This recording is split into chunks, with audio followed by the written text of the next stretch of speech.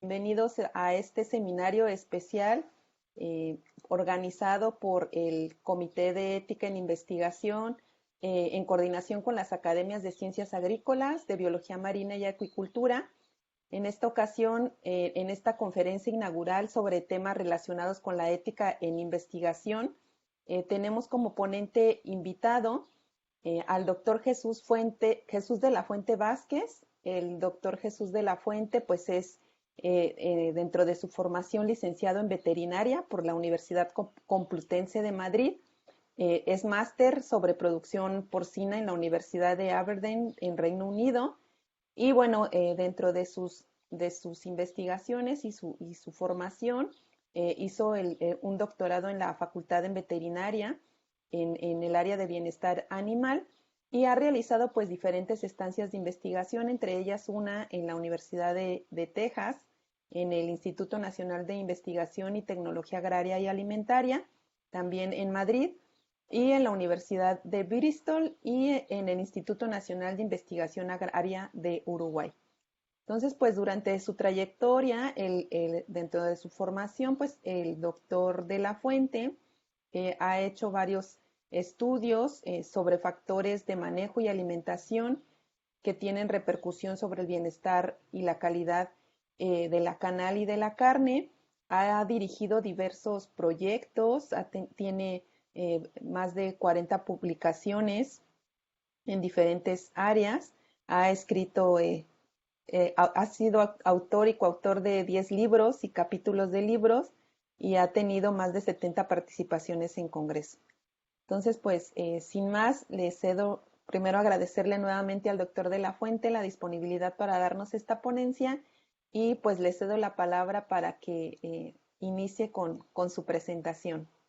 Adelante, doctor. Bueno, buenos días para vosotros. Muchísimas gracias. Os agradeceros el que hayáis pensado en mí como posible participante en este ciclo de conferencias que supongo que realizaréis y que hayáis, sobre todo, que me hayáis invitado y siendo la primera relacionada con el bienestar de los animales. Aquí veis en la presentación sobre bienestar y manejo de los animales de granja. Realmente voy a hacer una primera parte que es de bienestar y manejo de los animales de granja, sobre consideraciones generales de lo que es la importancia del bienestar, por qué es importante el bienestar. Primero vamos a hacer una visión de dónde estamos. Yo voy a hablar desde la parte de Europa, cómo se ha desarrollado toda la normativa que existe relacionada con el bienestar de los animales de granja y hacia dónde vamos a ir.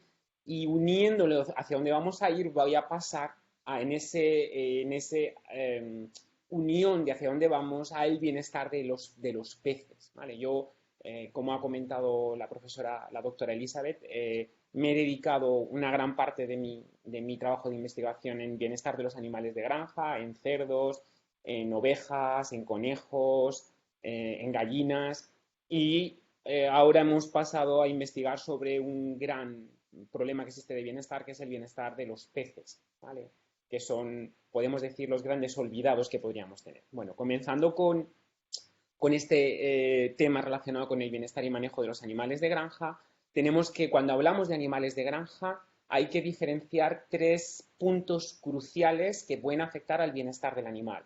Uno es en el establecimiento ganadero, que es un concepto que en Europa utilizamos, bueno, en el caso de los hispanoparlantes, utilizábamos explotación ganadera como el sitio donde tenemos a los animales, pero por las connotaciones negativas que tiene el término de explotación, ¿vale? Como que estamos afectando al bienestar del animal, porque ya explotar algo es como algo negativo, como asociado pues con cuestiones relacionadas incluso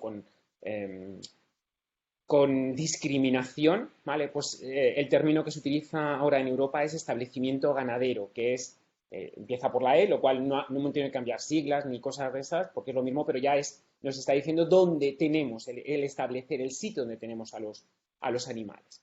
Por otro punto muy, muy importante sería el transporte, ¿vale? En el cual, si hablamos desde un punto de vista de bienestar, podemos decir que el transporte es una ínfima parte dentro de la vida de los animales, pero es importantísima para el bienestar del animal, ¿vale? Es crucial para el bienestar del animal.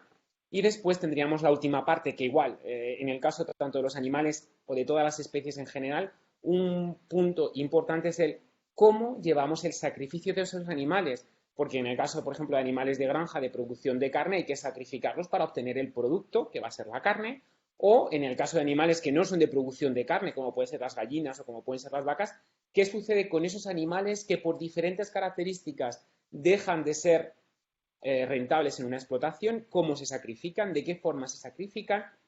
O, comentando antes con el doctor Ricardo Vázquez, ¿qué sucede con el sacrificio de los animales o de los peces? ¿Cómo se hace? Porque igual que hemos visto esto para los animales de granja, es exactamente igual para acuicultura, para los peces.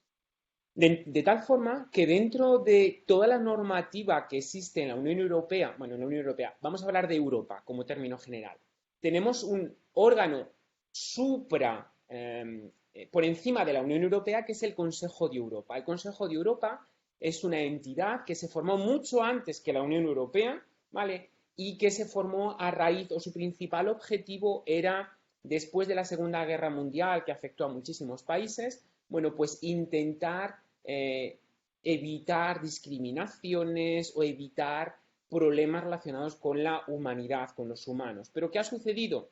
Vale, ha sucedido que ese Consejo de la Unión Europea, que ahora mismo, debido a la guerra que tenemos con Ucrania, pues Rusia lo han quitado del Consejo de la Unión Europea, no son los 27 países que seguro que han oído ustedes que forman parte de la Unión Europea, son muchísimos más estados. De hecho, en el Consejo de la Unión Europea, México actúa como país invitado, igual que Estados Unidos, Canadá, son países invitados en el Consejo de Europa. Por lo tanto, ya no es un ente que afecta a la Unión Europea, sino que afecta a todos o a una gran cantidad de países, e incluso, pues está eso, hay 5 países, México, Canadá, Estados Unidos, la Ciudad de Vaticano, o sea, el país del Vaticano, Israel también están como invitados, ¿vale? Y Japón, perdón, están como invitados en el Consejo de Europa, que es donde realmente su principal objetivo era evitar el problema de conflictos relacionados con la explotación humana.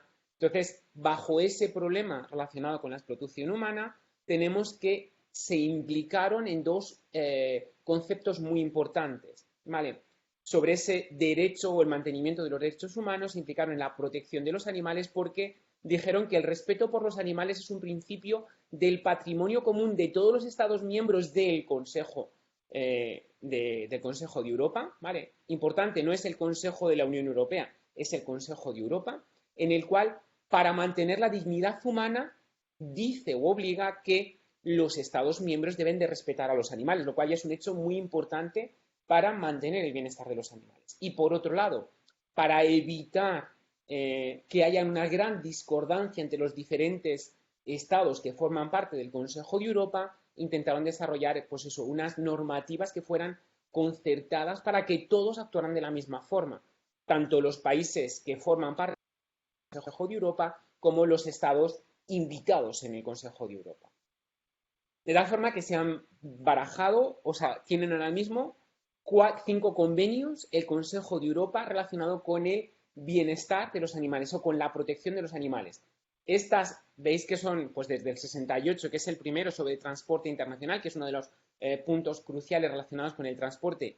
En un principio era de caballos que iban desde el norte de Europa hasta Grecia, en donde se transportaban por camión, y eso complicaba cuestiones relacionadas con el bienestar del caballo. Entonces eso nos llevó al Consejo de Europa a pensar los problemas de bienestar en esos animales, y después se desarrollaron en el 76 sobre animales mantenidos con fines agrícolas, posteriormente en el 79 animales para el sacrificio, después ya muchísimo más tarde en el 86 sobre animales vertebrados utilizados con fines experimentales y otros fines científicos, y el más reciente de todo, que es el 87 sobre animales de compañía. No hay nada relacionado con acuicultura, ¿vale? Dentro de los convenios, una vez que el Estado, en este caso veis que todos ponen Unión Europea o España, una vez que el Estado lo ha ratificado, son de obligado cumplimiento por los Estados miembros del Consejo de Europa. O sea, es una primera normativa que podríamos tener o que podríamos acoger. Dentro de esto, para que veáis se elaboran una serie de recomendaciones y dentro de esas recomendaciones, aquí os he puesto todos, van desde el más antiguo a la parte de abajo al más reciente y en el más reciente son recomendaciones relativas a los peces de piscifactoría. Hay de cerdos, de pavos, de animales de peletería, de patos, de gansos, de patos domésticos, de ratites, o sea, de avestruces, de gallinas, de ganado. Aquí en ganado se refiere principalmente a vacuno, ¿vale? De cabras, de ovejas y igual, relacionado con el ganado es el de vacuno. Todas estas son recomendaciones que se asocian a los animales de granja y por lo tanto son de obligado cumplimiento, ¿vale? Una vez que se ha ratificado ese convenio. Por lo tanto, veis que hay una gran cantidad de recomendaciones. Son recomendaciones muy básicas, pero ya te forman una pauta, ¿vale? Para poder tener algo relacionado con cómo manejar o tener en cuenta el manejo de esos animales. Después, ¿vale? Esos convenios que se han hecho por parte del Consejo de Europa lo han utilizado de base la Unión Europea, en el cual, pues ahora aquí les marco los países que formamos parte de la Unión Europea, ya no está Gran Bretaña porque se ha excluido de la Unión Europea. Bueno, pues dentro de estos países de la Unión Europea se ha utilizado como base los convenios que ha hecho el Consejo de Europa para implementarlos, reforzarlos, modificarlos, pero ajustarlos a los diferentes Estados miembros. De tal forma que dentro de todos ellos tenemos reglamentos relacionados, el más reciente es relacionado con el sacrificio del 2009, es un reglamento. Hay diferentes niveles dentro de la normativa. Los reglamentos son de obligado cumplimiento una vez que se publican. Las directivas tiene que el país ajustar a sus necesidades dentro de cada uno de los Estados miembros. Las decisiones son aquellas que hacen referencia a una cosa muy concreta. Las recomendaciones pueden ser para una especie, para un país, para una determinada empresa que realice determinadas cosas. Y los dictámenes pues son ya algo muchísimo más concreto, pero igual son de obligado cumplimiento en función de los diferentes niveles de reglamentación que tenemos dentro del Consejo de Europa, dentro de Europa. Y después tenemos España, ¿vale? España como país también tiene su propia normativa, ¿vale? Esta normativa la puede en todo el mundo tenerla o tener acceso a través del Código de Protección y Bienestar Animal.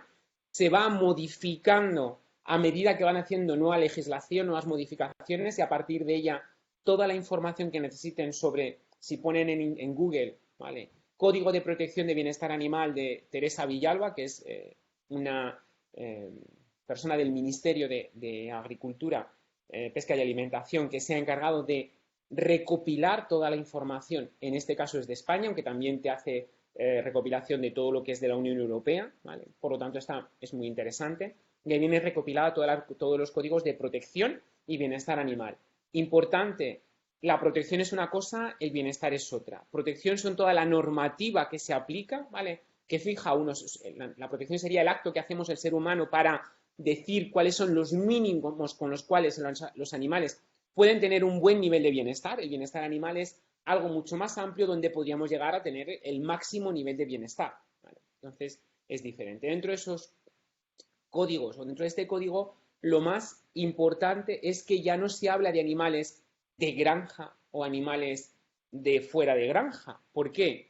Porque tenemos que hay explotaciones ganaderas que utilizan peces, ¿vale? O explotaciones ganaderas que utilizan perros, por ejemplo. Entonces, se utiliza el término de animales mantenidos con fines agrícolas, ¿vale? Por las connotaciones que tiene la utilización de esos animales para un beneficio humano.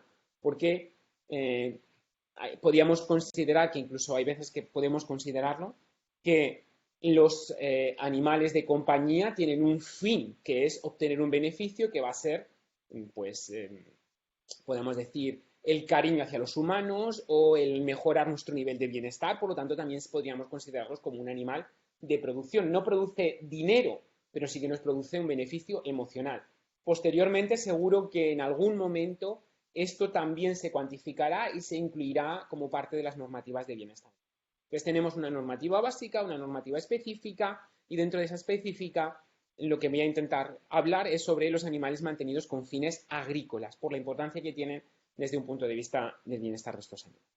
De tal forma que en ese mantenimiento de los animales con fines agrícolas tenemos que ver la diferencia que tenemos. Aquí en el caso os he puesto un caso muy claro del ganado porcino, en el cual tenemos este tipo de explotaciones que todo el mundo considera que desde un punto de vista de bienestar el animal pues no está bien, que tiene problemas, que tiene diferentes alteraciones. Pues hay que vigilar eso con respecto a esta otra opción, ¿vale?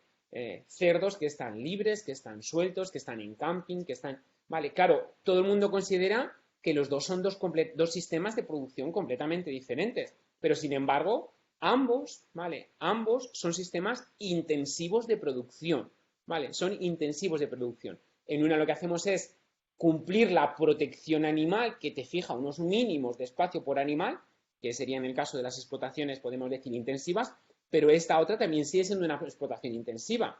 A los animales se les aporta comida, a los animales se les hace todos los tratamientos reproductivos, y eso también lleva unas connotaciones, porque todo el mundo en general considera que animal extensivo son estos, animales que están libres, que están en el campo, que están sueltos, ¿vale? Pero para tener esa diferenciación existe una normativa que nos dice qué se diferencia entre un animal intensivo y un animal extensivo. Y ahí llega un grave problema, porque en el animal intensivo, según una normativa que tenemos del 20, en el caso de España, del 2020, o sea, sí, del 2020, tenemos que se considera intensivo cualquier sistema en el que los animales tienen unas instalaciones, aunque sean mínimas, se les suministra alimento y además la carga ganadera, o sea, la cantidad de animales por hectárea que tenemos dentro de una superficie es de 15 cerdos de cerdo por hectárea, y eso está fijado en una normativa que es esta y está asociado a no el bienestar del animal, sino está asociada a la capacidad de contaminar del animal, ¿vale? Esos 15 animales por metro por hectárea, ¿vale? ¿Por qué? Porque decimos que un animal de cebo, que es lo que ponía, 15 animales de cebo, ¿vale?, se consideran como 0,12 y que es la capacidad contaminante que tienes de 2,3 metros cúbicos por animal. Entonces, en una superficie de una hectárea podríamos estar teniendo alrededor de unos 30 kilos, de unos 30 kilos o 30 metros cúbicos de estiércol, porque si no, no sería capaz de asimilar el suelo. Pero no está asociado al bienestar del animal, está asociado a la capacidad contaminante que tienen los animales. Porque de la misma forma, si nosotros pensamos en vacuno de leche, ¿vale? Claro, mucha gente vacuno de leche lo considera que los animales tienen un buen nivel de bienestar porque salen al pasto, ¿vale? Pero claro, estos que salen al pasto, a su vez, tenemos que ordeñarles, tenemos que suministrarles comida porque si no llegan a cubrir sus necesidades para la producción de leche. Entonces tenemos que meterles a las máquinas de ordeño, tenemos que suministrarles comida para que produzcan leche porque el consumidor al final demanda leche de calidad o con una serie de normativas, con unas exigencias, y entonces, aunque nosotros bucólicamente pensemos que las vacas salen al pasto, su nivel de bienestar en algún momento puede encontrarse comprometido y eso hay que tenerlo también en cuenta. De tal forma que esta es una de las primeras preguntas que nos tenemos que hacer. Bajo estos sistemas que hemos visto de granjas de cerdos que están en el exterior, granjas de cerdos que están en el interior, ¿qué tenemos que hacer para que un animal tenga un buen nivel o tenga un nivel de bienestar correcto? ¿Vale? Esa es una de las primeras preguntas que nos planteamos. Bueno, pues esto ya en el 92, el Comité de Bienestar Animal de Gran Bretaña fijó lo que serían las libertades, que todo el mundo seguro que me está oyendo las conoce, que son libres de hambre y sed, libres de malestar físico y malestar térmico, libres de dolor, enfermedad y lesiones, libres para expresar el comportamiento normal de la especie y libres de miedo y estrés, ¿vale? Eso es las libertades, pero el gran inconveniente que tiene esas libertades es cómo las aplicamos a los animales de granja, ¿vale? ¿Cómo se llevan a los animales de granja? ¿Cómo podemos hacer el que estén libres de hambre y de sed estos animales? Entonces, debido a que además son muy genéricas, ¿qué nivel de hambre debíamos de tener? Porque claro, si nos intentamos pensar en lo que sucede con los humanos, hay veces que tenemos hambre y no hay ningún problema, o sea, no se nos está yendo nuestro nivel de bienestar. O podemos tener sed y tenemos que aguantar 1 hora para poder beber. Entonces, ¿hasta qué punto tendremos un nivel de bienestar correcto para los animales? Entonces, a ello, lo que se han liberado son las disposiciones. Son esa disposición para intentar cuantificar el nivel de bienestar del animal. Entonces, nos dicen que frente a esa libres de hambre y de sed, pues tienen que tener la libertad contra la sed, contra el hambre y la desnutrición, que esto es importante, porque muchas veces decimos, bueno, pues les damos de comer, pero si la dieta que le estamos aplicando no es la correcta y modificamos minerales o modificamos composición de la dieta, puede afectar. Entonces aquí tenemos esa disposición se lleva al de brindar libre acceso a agua dulce, limpia y fresca, una dieta adecuada para mantener una plena salud y vigor. Y aquí veis unos cerdos que están bebiendo agua en un bebedero o aquí que están bebiendo en otro bebedero. Pero ¿qué sucede, vale, con estas vacas que están en el pasto o esta otra que está bebiendo en un arroyo? Ya no es agua limpia, porque los humanos a que no beberíamos de esto nos pensaríamos, tiene parásitos, nos podemos coger una diarrea, una disentería, podemos tener muchísimos problemas. Sin embargo, si nos vamos a esa visión bucólica de bienestar de los animales libres, sueltos en el campo, que puedan abastecerse, bueno, pues que ahí tendríamos un problema de bienestar. El agua que están bebiendo no es limpia de la forma que se solicita o se pide dentro de esa disposición. O aquí si veis este bebedero, ¿vale? Veis cómo no está completamente limpio. Entonces ahí crecerán algas, crecerán cosas y eso, incluso el humano no beberíamos de ahí. Entonces, porque tendríamos problemas, intoxicaciones, pero pensamos que como son animales, podrían beberlo porque tienen un mecanismo de detoxicación diferente, de diferentes cosas. Pero esto es importante tenerlo en cuenta desde un punto de vista de bienestar. El segundo, ¿vale? El segundo, que sería libres de malestar físico y malestar térmico. Bueno, pues aquí te dices, o sea, tienen que estar las disposiciones para la libertad en comunidad, malestar físico y expresión de las inclemencias meteorológicas, proporcionan un entorno apropiado que incluya refugio, zona de descanso, que el animal no se sienta incómodo, proporcionando un animal adecuado, un ambiente adecuado, incluyendo refugio, abrigo y zonas confortables. Claro, aquí vemos, estos son vacas, ¿vale? En el cual lo que hacemos es colocarles duchas para que los animales, pues teniendo en cuenta que el vacuno de leche, uno de los principales problemas es el estrés térmico por calor, bueno, pues para evitar ese tipo de cosas, pues colocamos duchas o colocamos sombras. ¿Veis? Las vacas están debajo de la zona sombría, podrían estar pastando, ¿vale? Pero en determinados momentos prefieren estar bajo un techado para mantenerse en las mejores condiciones posibles. O para poder tumbarse. En vacas de leche, una de las cosas que se utilizan normalmente son cubículos para que se puedan tumbar. Hay cubículos de muchísimos tipos, con muchísimos materiales. Lo que se intenta es que sea una zona limpia, pero claro, esta zona limpia, si dejamos que el animal se tumbe, puede ser que en el caso de las vacas, que pueden defecar sin ningún problema tumbadas, lo mancharían con heces, lo cual sería complicado mantener esa limpieza y a su vez esa suciedad en la zona que se tumban haría que las ubres estuvieran sucias, que pudiera incrementar la carga bacteriana en la leche y al final el consumidor que demanda una leche con una cierta calidad higiénica. Entonces aquí también tenemos nuestras complicaciones relacionadas con el bienestar, esas zonas cómodas para los animales. Podemos tener lo que se denomina cama caliente, pues con paja para que puedan estar tumbados los animales, protegidos frente a las inclemencias meteorológicas, ¿vale? Pero ¿qué sucede con esa visión bucólica cuando nieva? ¿Vale? ¿Qué sucede con esos animales? Donde están ustedes en la zona de Baja California, no van a encontrar nieve, pero sí que van a encontrar lluvia, ¿vale? ¿Qué sucede con esos animales cuando está lloviendo? ¿Es algo cómodo? ¿Es incómodo? Los tenemos que resguardar, pero entonces ya los metemos en un sitio cerrado. ¿Cómo los tenemos? O cuando llueve sí que se cierra. Entonces también esa es una complicación importante a la hora de valorar el bienestar de los animales. O aquí veis cerdos, ven cerdos, en los cuales están tumbados en paja, ¿vale? Para tener una cierta comodidad. O podemos, esa comodidad que podemos tener, aquí ven unos cepillos, ¿vale? Aquí ven una vaca que se está arrascando y intentaré a ver si se ve el vídeo correctamente, en donde ven la sensación de placer que puede tener un animal. A los humanos nos encanta que nos arrasquen la espalda, sobre todo, que no llegamos, ¿vale? Podemos decir que esta vaca está sintiendo, podemos decir, placer asociado a este sistema. Es una forma de mejorar el bienestar de los animales con ese malestar físico y malestar térmico para que el animal, ¿vale?, se esté desarrollando una característica muy interesante. Veis que incluso salen saltando, que es el comportamiento típico de juego de las crías y supuestamente los animales adultos no lo presentan. Lo cual nos está indicando que el animal en ese momento ha sentido, podríamos decir, placer o ha tenido un buen nivel de bienestar, ¿vale? No significa, hay gente que no le puede gustar que le arrastren la espalda, a mí me encanta, pero bueno, vemos igual que en el caso de las vacas, bueno, pues que puede ser interesante para mejorar el bienestar de ese animal. Luego, pues, libertad de dolor, de enfermedades y lesiones, y esto es importantísimo. Los veterinarios debemos de estar para prevenir y diagnosticar y hacer tratamientos rápidos. Entonces hay veces que aquí nos lleva el problema.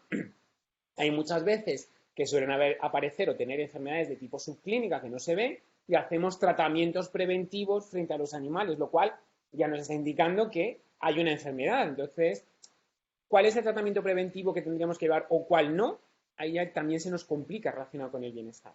Luego, libres para expresar el comportamiento normal de la especie. Lo que te fijan es que deben de tener espacio suficiente, instalaciones adecuadas y compañía de animales de la propia especie. Eso es importante. Todos los animales de granja son animales que podemos decir que son animales gregarios. Les gusta estar con otros individuos. Deben de estar libres de miedo y estrés. Garantizar condiciones y tratamientos que eviten el sufrimiento mental de los animales.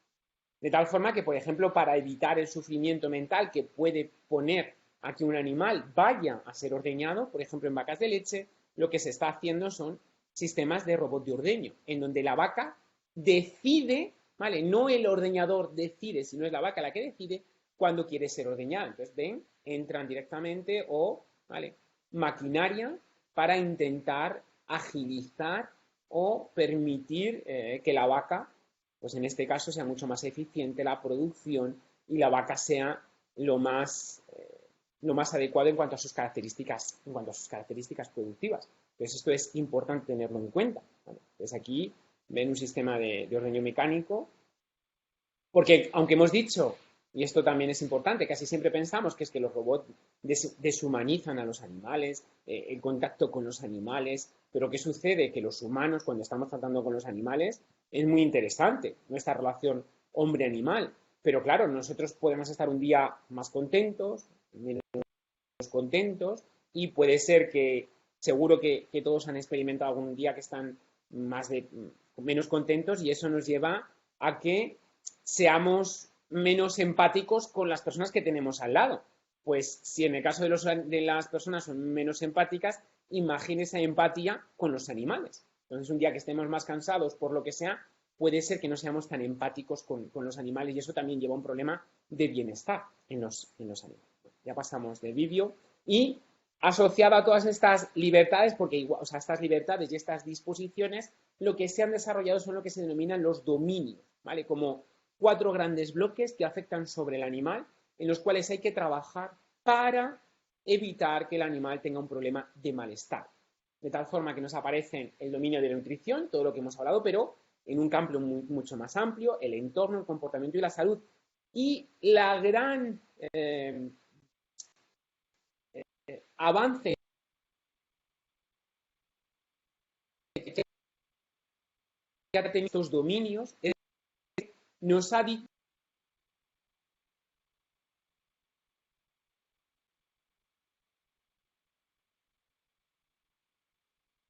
a que los dominios van a responder de diferente forma en función del estado mental que tenga el animal. De tal forma que si el animal, por cualquier motivo, por ejemplo, un animal es subordinado en un grupo, por ejemplo, de cerdos, puede ser que responda de diferente forma a un entorno muy bueno, porque es el subordinado. De tal forma que ese estado mental va a hacer que responda de diferente forma. O igual, la alimentación de un animal que está nutrido por encima de sus necesidades, claro, está orondo, está muy metido en carnes, y eso nos va a afectar a la respuesta que tenga ese animal frente a otro tipo de manejo que hagamos. De eso es lo mismo que el comportamiento o lo mismo que la salud. La respuesta, seguro que saben que hay una gran relación entre el estado emocional del individuo, en el caso de los humanos, y respuesta de estrés o presentación de patologías en los humanos. Bueno, pues de la misma forma aparecen los animales. Entonces, ese estado mental es importantísimo, es crucial tenerlo en cuenta para preservar el bienestar de los animales de granja. De tal forma que, ¿cómo podemos saber el estado mental de esos animales? Bueno, pues una de las cosas más importantes es observar al animal. Y lo más importante, nosotros utilizamos principalmente nuestros órganos de los sentidos, nuestra vista, pero es que los animales se relacionan con el entorno, ¿vale? Que esto es importante, relacionan con el entorno a partir de sus órganos de los sentidos, que son los mismos que tenemos los humanos, la vista, el oído, el olfato, el gusto y el tacto. Entonces, controlando y conociendo cómo son esa vista, oído, olfato, gusto y tacto, vamos a poder mejorar muchísimo el bienestar de los animales, aunque pues tengamos deficiencias en otros tipos de conocimiento. Teniendo en cuenta el primero, que es la vista, los ojos de los animales de granja, ¿vale?, están en posición lateral frente a los nuestros que están en posición horizontal. Eso nos hace o les hace que tengan un mayor campo de visión, ¿vale? ¿Por qué? Porque en general los animales de producción, los animales de explotaciones de establecimientos ganaderos, son animales presa. Lo que quieren es tener mucho campo para, da igual lo cerca o lo lejos que esté el depredador, huir del depredador. Mientras que nosotros que somos depredadores, lo que queremos es focalizar nuestra visión para intentar encontrar la presa. Entonces eso ha hecho que la posición de los ojos varíe. Nosotros los humanos, a tener los ojos en posición frontal, tenemos una gran visión binocular, la conjunta entre los dos ojos, que es la que nos permite medir distancias, mientras que los animales tienen una gran visión monocular, un gran campo de visión, pero una visión muy estrecha para medir distancias. De tal forma que ellos perciben que hay un agente externo, que hay un depredador y van a huir de ese depredador. De tal forma que aquí ven eso, esa visión binocular es muy estrecha. Los humanos, si nos colocamos aquí nuestras dos manos, más o menos estamos a casi llegando a los 120 grados con los dos ojos abiertos, ¿vale? Llegamos a verlo 120, 130, ¿vale? No llegamos a 180, pero estaríamos en ese nivel. Sin embargo, la visión binocular de los animales es muy estrecha, ¿vale? Y esto es importantísimo, ¿vale? Es importantísimo. Esa visión binocular, sin embargo, la monocular, ¿vale?, es mucho más amplia. Y luego tienen una zona ciega en la parte posterior. Seguro que a ustedes, cuando están quietos y viene alguien por detrás que no le están viendo, la sensación de miedo es mucho más elevada, porque no le giramos la cabeza para ver si hay algún ruido, si hay algún movimiento. Eso es importante tenerlo en cuenta.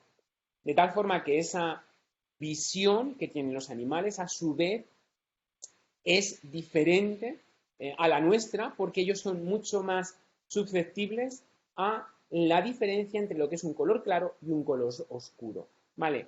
El color claro y el color oscuro les inhibe el movimiento, de tal forma que aquí ven en esta foto, ¿vale? Esto es en Uruguay, son Hereford, en donde ven que aquí tenemos esa línea oscura, que es una sombra. Para nosotros como humanos diremos, si todo es continuo, ¿por qué no pasa? ¿Vale? ¿Qué sucede? Que ellas se quedan aquí paradas, porque es una sombra, es algo que ellos, su capacidad, bueno, no sabemos lo que piensan, pero lo que podemos pensar que piensan es que no es continuo, que hay algo que puede ser un precipicio, que puede ser un escalón. Entonces hay algo que les cuesta pasar.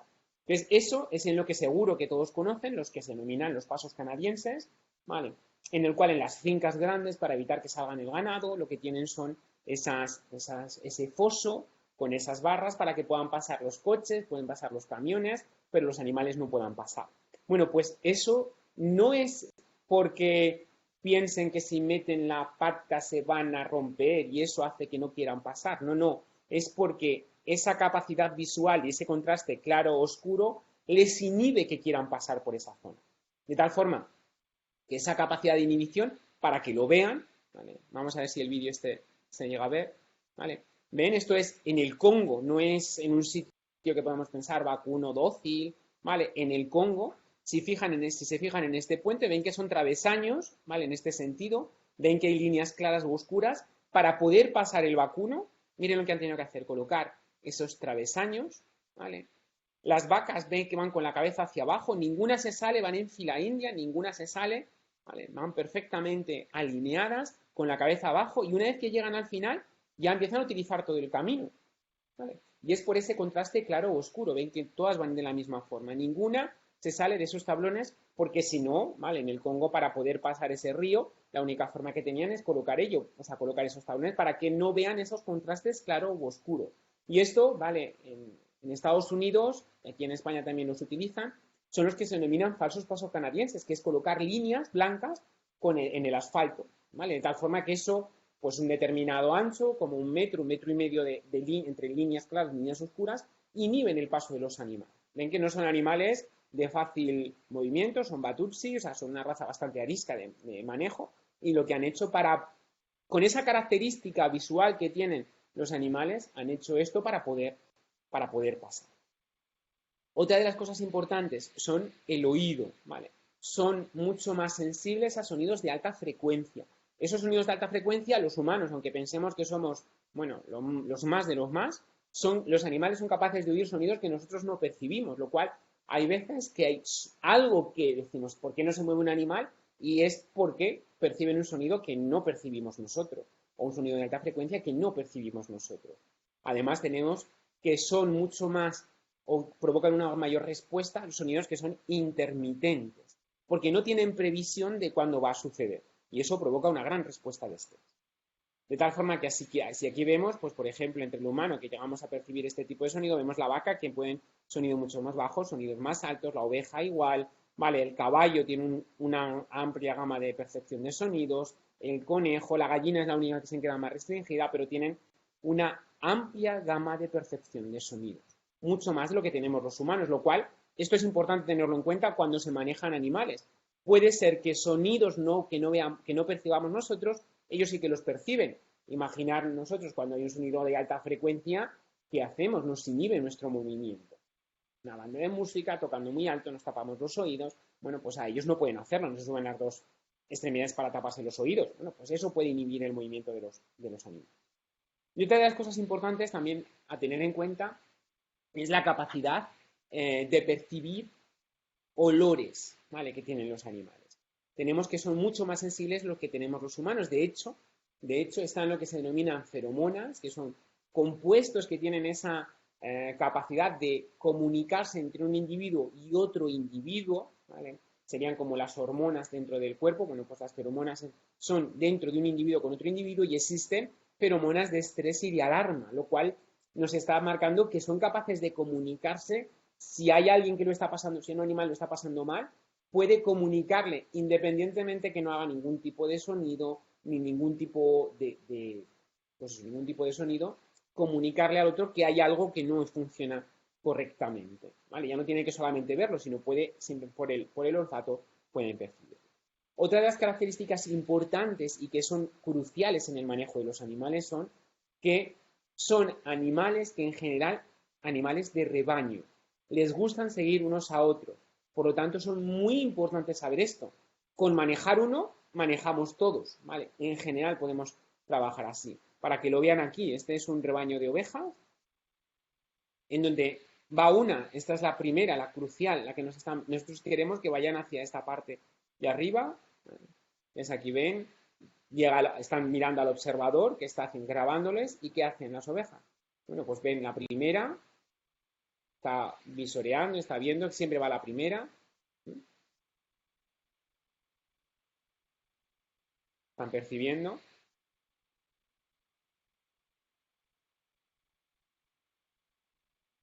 Y van siguiendo, ¿vale? Van siguiendo, unas a otras van siguiendo. Claro, cuando hemos estado hablando, y uno de los conceptos también es importante, seguro que han oído o han estado hablando, seguro que alguna noticia de lo que nos ha sucedido aquí en España con el ministro de Consumo que dijo sobre el problema de las macrogranjas. ¿Qué significa macrogranja? Macrogranja, si nos vamos etimológicamente, macro significa grande, o sea, una granja grande. Una granja que tiene muchos animales. Aquí, esta granja tiene, me parece que eran 2.000 ovejas. ¿Podemos decir que esta macrogranja de ovejas tiene un problema de bienestar? Entonces ya no es el término macrogranja, es sistema de producción, ¿vale? Porque van a seguir viendo cómo siguen pasando ovejas. ¿Podemos decir que estas ovejas tendrían un problema de malestar? Están en exterior, están comiendo pasto, pero son 2.000 animales. Por lo tanto, el término macrogranja sería sistema intensivo de producción con reducción de espacio. Sería lo que podríamos decir como macrogranja. Porque, claro, sigan viendo cómo hay ovejas. Seguro que en México también hay rebaños muy grandes. Ese es uno de los grandes problemas que relacionado con el bienestar de los animales, que hay veces que utilizamos terminología que lleva a confusión, ¿vale? Que llega a confusión, porque una macrogranja significa que es una granja grande. Pues una granja grande, están hablando en España, uno de los problemas, granjas de 5.000 cerdas, pero si las cerdas están correctamente tratadas, bajo unas buenas condiciones, bajo un sistema de manejo correcto, adecuado, pueden tener un mejor nivel de bienestar que 200 cerdas en una granja en donde las tratan mal, no tienen un correcto sistema de manejo durante el parto. Entonces, eso es importante. Vean cómo sigue pasando ovejas. ¿Vale? Esto es una macrogranja, podríamos decir. Vamos a pasar ahí avanzando. Otra de las características importantes tenemos es que son animales de presa, huyen de los depredadores. Presa, depredador, para que lo vean. ¿Vale? Si nosotros, utilizando esas características, sin tocar a un animal, ¿vale?, podemos manejarlo porque son animales que huyen del depredador. En este caso es el humano. ¿Ven esta paca quieta? Si yo me meto dentro de ella, ¿veis cómo se están moviendo? Porque huyen del depredador. Siempre intentan huir del depredador. Entonces, si queremos dar la vuelta, podemos meternos, ¿vale?, podemos pararla simplemente estando delante de ella. En ningún momento la está tocando, pero la vaca está quieta. O en un grupo más grande, simplemente trabajamos sin tener que tocar al animal y podemos separar animales, diferentes características. Y otra de las características importantes, y esto es uno de los problemas que tenemos, es que no dejamos a los animales que aprendan. Porque como nivel de producción no los tenemos casi en cuenta, pero pueden aprender muchas cosas, son capaces de aprender a hacer muchas cosas e incluso podríamos enseñarles a que fueran mucho más rápidos a la hora de hacer determinadas actividades. Además de tener una gran curiosidad para que lo vean, es un vídeo de cómo un cerdo puede obtener una recompensa manejando un joystick para obtener un premio. Porque se ha visto que los cerdos tienen una capacidad de aprendizaje superior a la de los perros. Pero sin embargo, nosotros los humanos, nuestra mente nos dice, el perro es que es muy listo, los perros son muy listos y los cerdos los podemos sacrificar para consumo de carne. Pero a lo mejor tendría que ser al revés, tener el cerdo que es mucho más listo que el perro y el perro para consumo de carne. Solamente que, claro, entre omnívoros y carnívoros nos lleva a nuestra gran problema mental de qué hacemos con los animales. De tal forma que para esto, para intentar favorecer el bienestar de los animales en las granjas, lo que hacemos es desarrollar sistemas de enriquecimiento. Entonces aquí les voy a poner un vídeo de un sistema de enriquecimiento para cerdos, ¿vale?, diferentes edades, para que ellos estén manipulando, porque uno de los principales problemas que tienen el bienestar de los animales de granja, y el hecho crucial, son los cerdos, porque tienen una gran capacidad de aprendizaje, aprenden mucho más, son más capaces de aprender que un perro o que un gato, ¿vale? Podemos enseñarles a hacer muchísimas cosas. Entonces se han desarrollado, podemos decir, juguetes. No son juguetes, son sistemas de enriquecimiento, ¿vale? Porque los estamos haciendo a diferentes edades, para que los manipulen, para que los hociculen, ¿vale? Porque manipular sería con las manos, ¿vale? Para que los utilicen con la boca, ¿vale? Puedan estar jugando, puedan estar moviéndolo, pueden estar mordiéndolo, ¿vale? Y de esa forma, bueno, pues evitaremos otra serie de problemas que podemos encontrar en las granjas.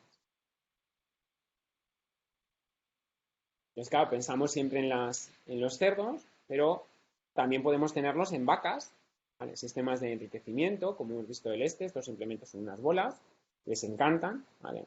Están utilizándolas, lo que hacen es dedicar gran parte del tiempo podemos decir, a jugar, a dedicar parte de ese tiempo que de forma normal estarían inactivos, a hacer una serie de actividades que si estuvieran en estado natural lo harían porque tuvieran que buscar alimento.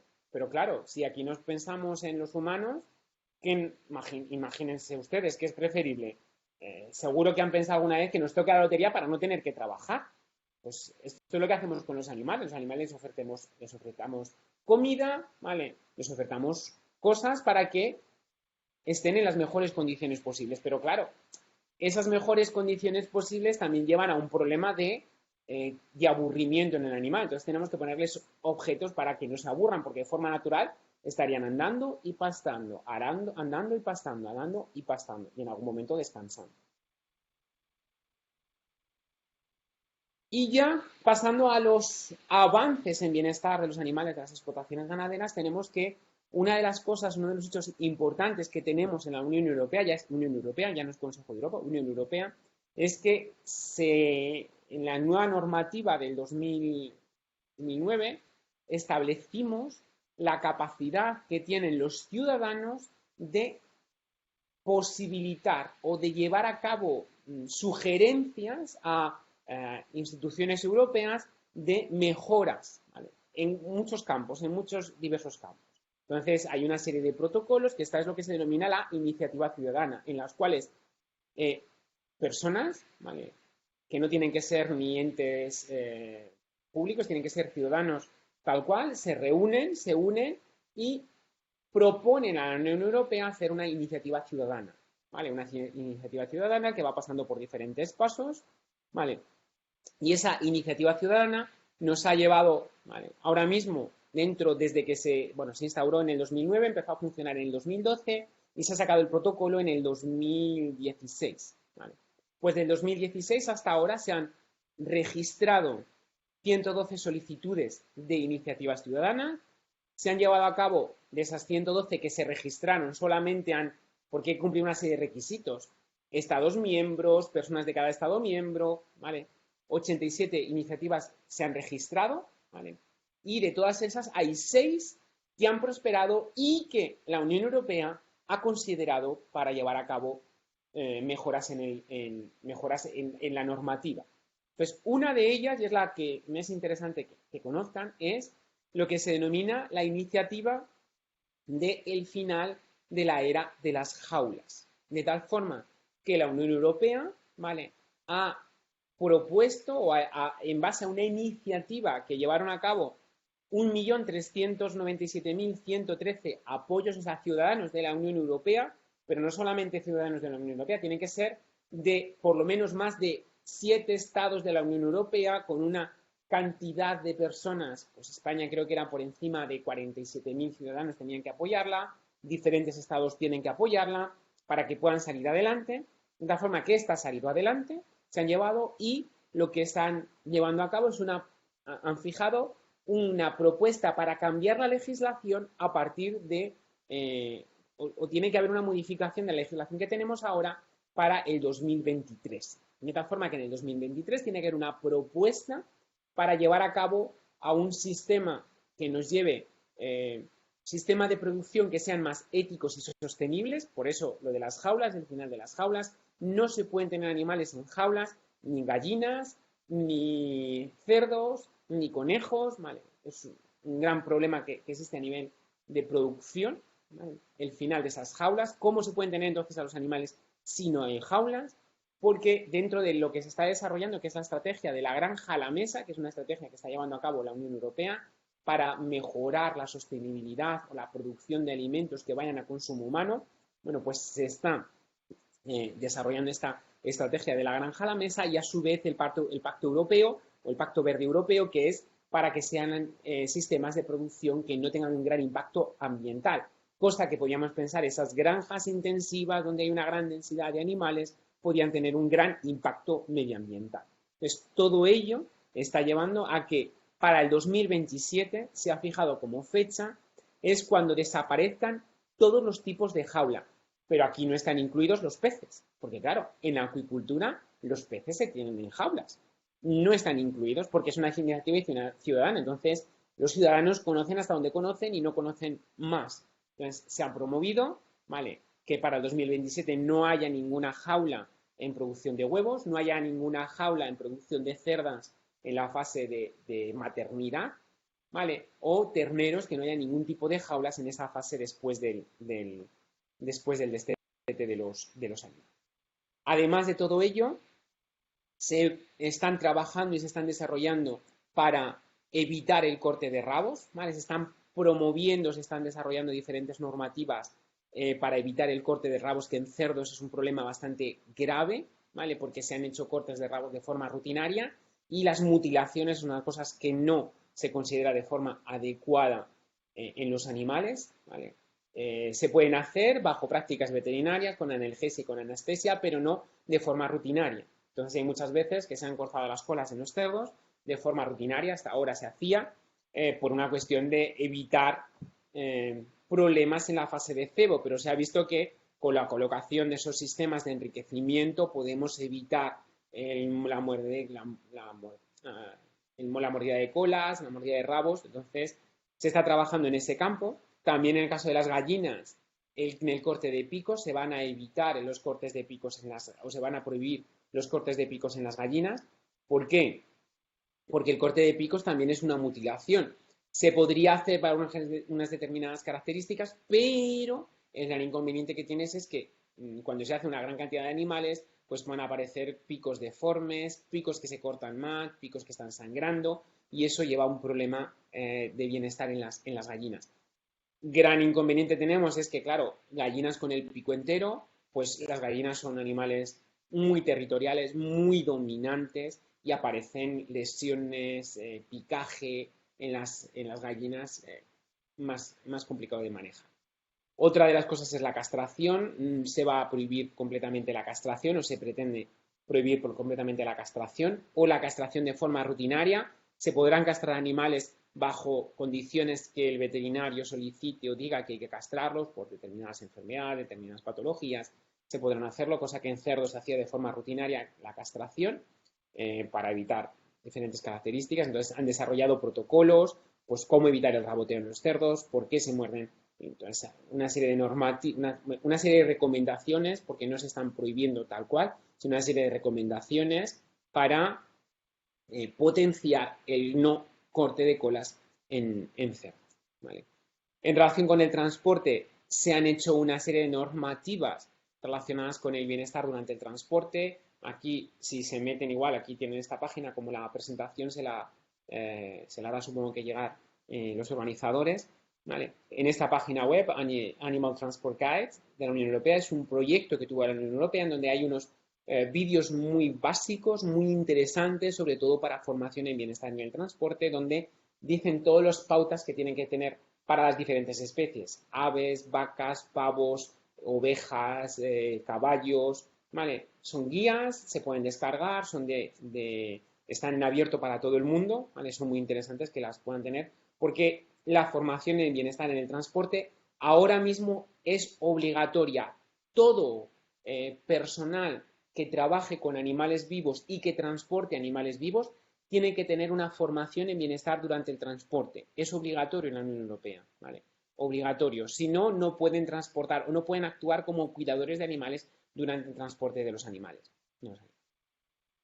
Y luego tenemos que dentro de esta el último epígrafe que es muy muy interesante es el bienestar durante el sacrificio y el aturdimiento, ¿vale? En donde la normativa del 2009, que les digo que se va a modificar porque ya es obsoleta en 2009, pues ya han pasado 13 años y se está viendo que hay nuevos avances en el desarrollo de nuevos equipos para llevar a cabo los aturdimientos de estos animales.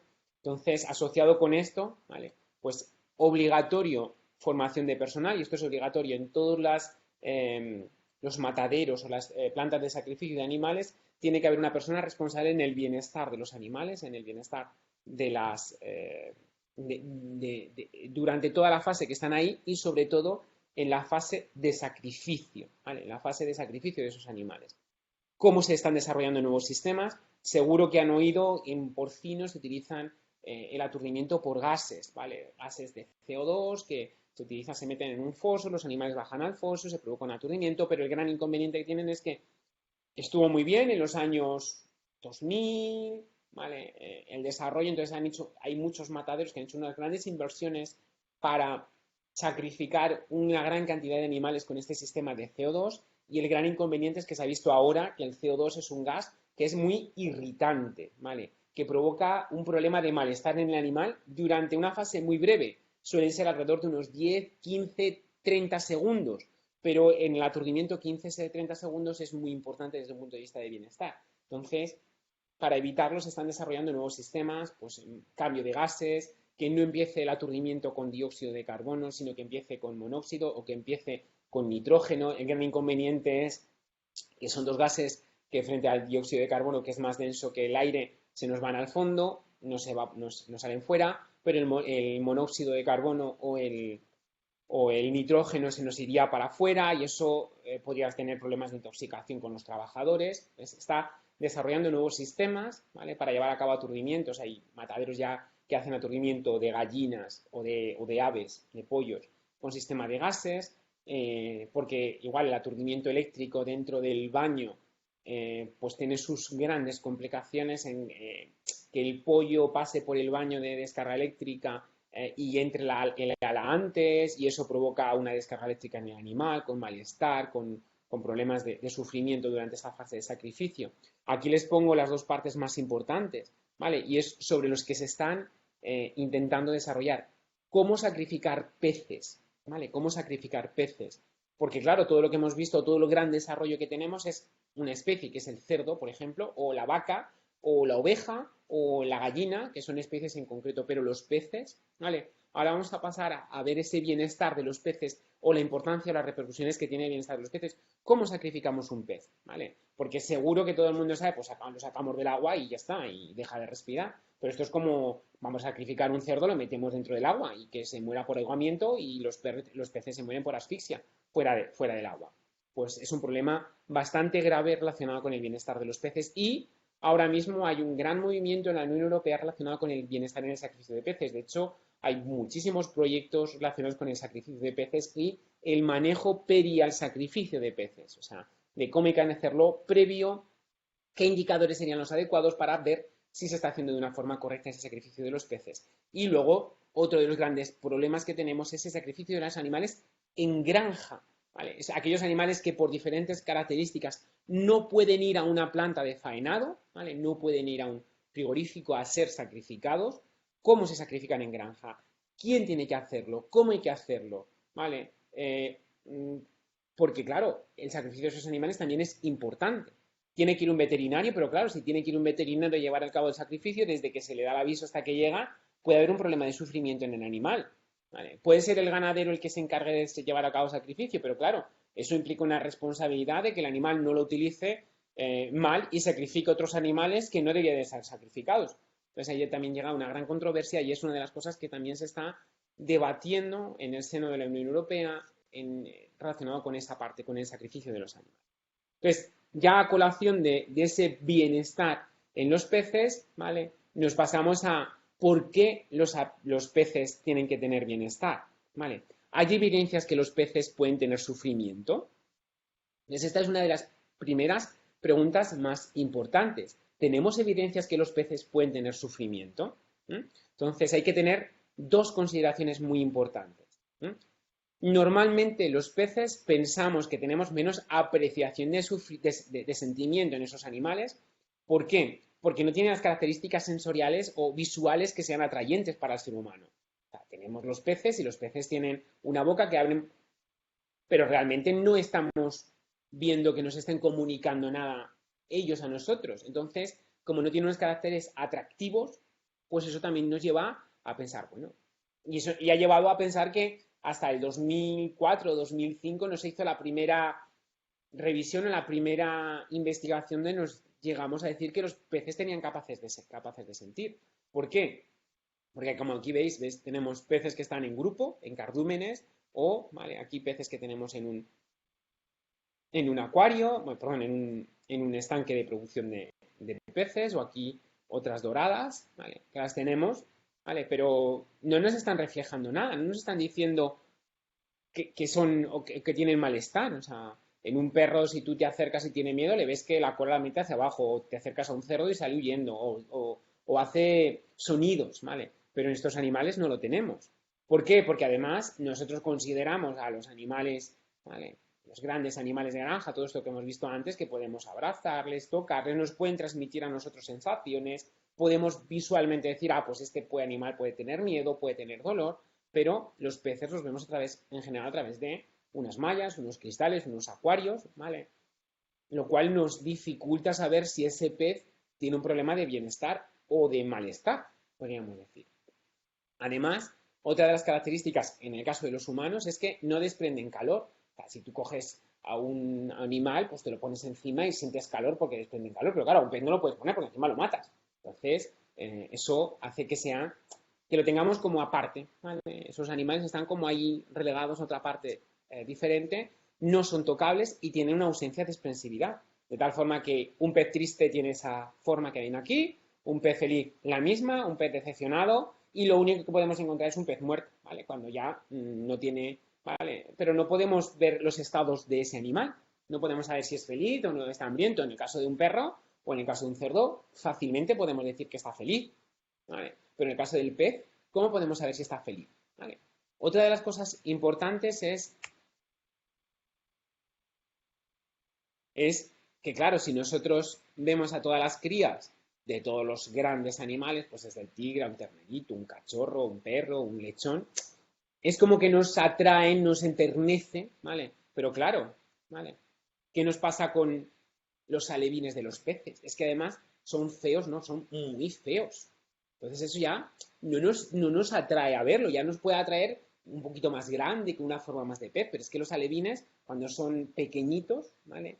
Es que no son atrayentes, o sea, parecen que son los animales cavernarios que no salen en la televisión de las que están en las zonas internas. Eso también nos dificulta esa no percibir los animales como, no percibir los peces como unos seres que necesitan de nuestros cuidados. Además, tenemos que hasta hace 15 años, en donde ya hemos empezado a tener pues bibliografía o libros o cuentos relacionados con peces, pues aquí tienen a Dory y a Nemo, que nos han hecho pensar que los peces son capaces de pensar, ¿vale? No hemos visto como que los peces son susceptibles de tener emociones, ¿vale? Entonces esto juega muchísimo, Disney ha jugado muchísimo en otras especies, en ciervos, en conejos, pero los peces, ¿vale? No han sido tratados, o sea, no se han visto, y eso nos ha hecho que hasta no pensemos en esas capacidades de sentir de los peces hasta hace relativamente.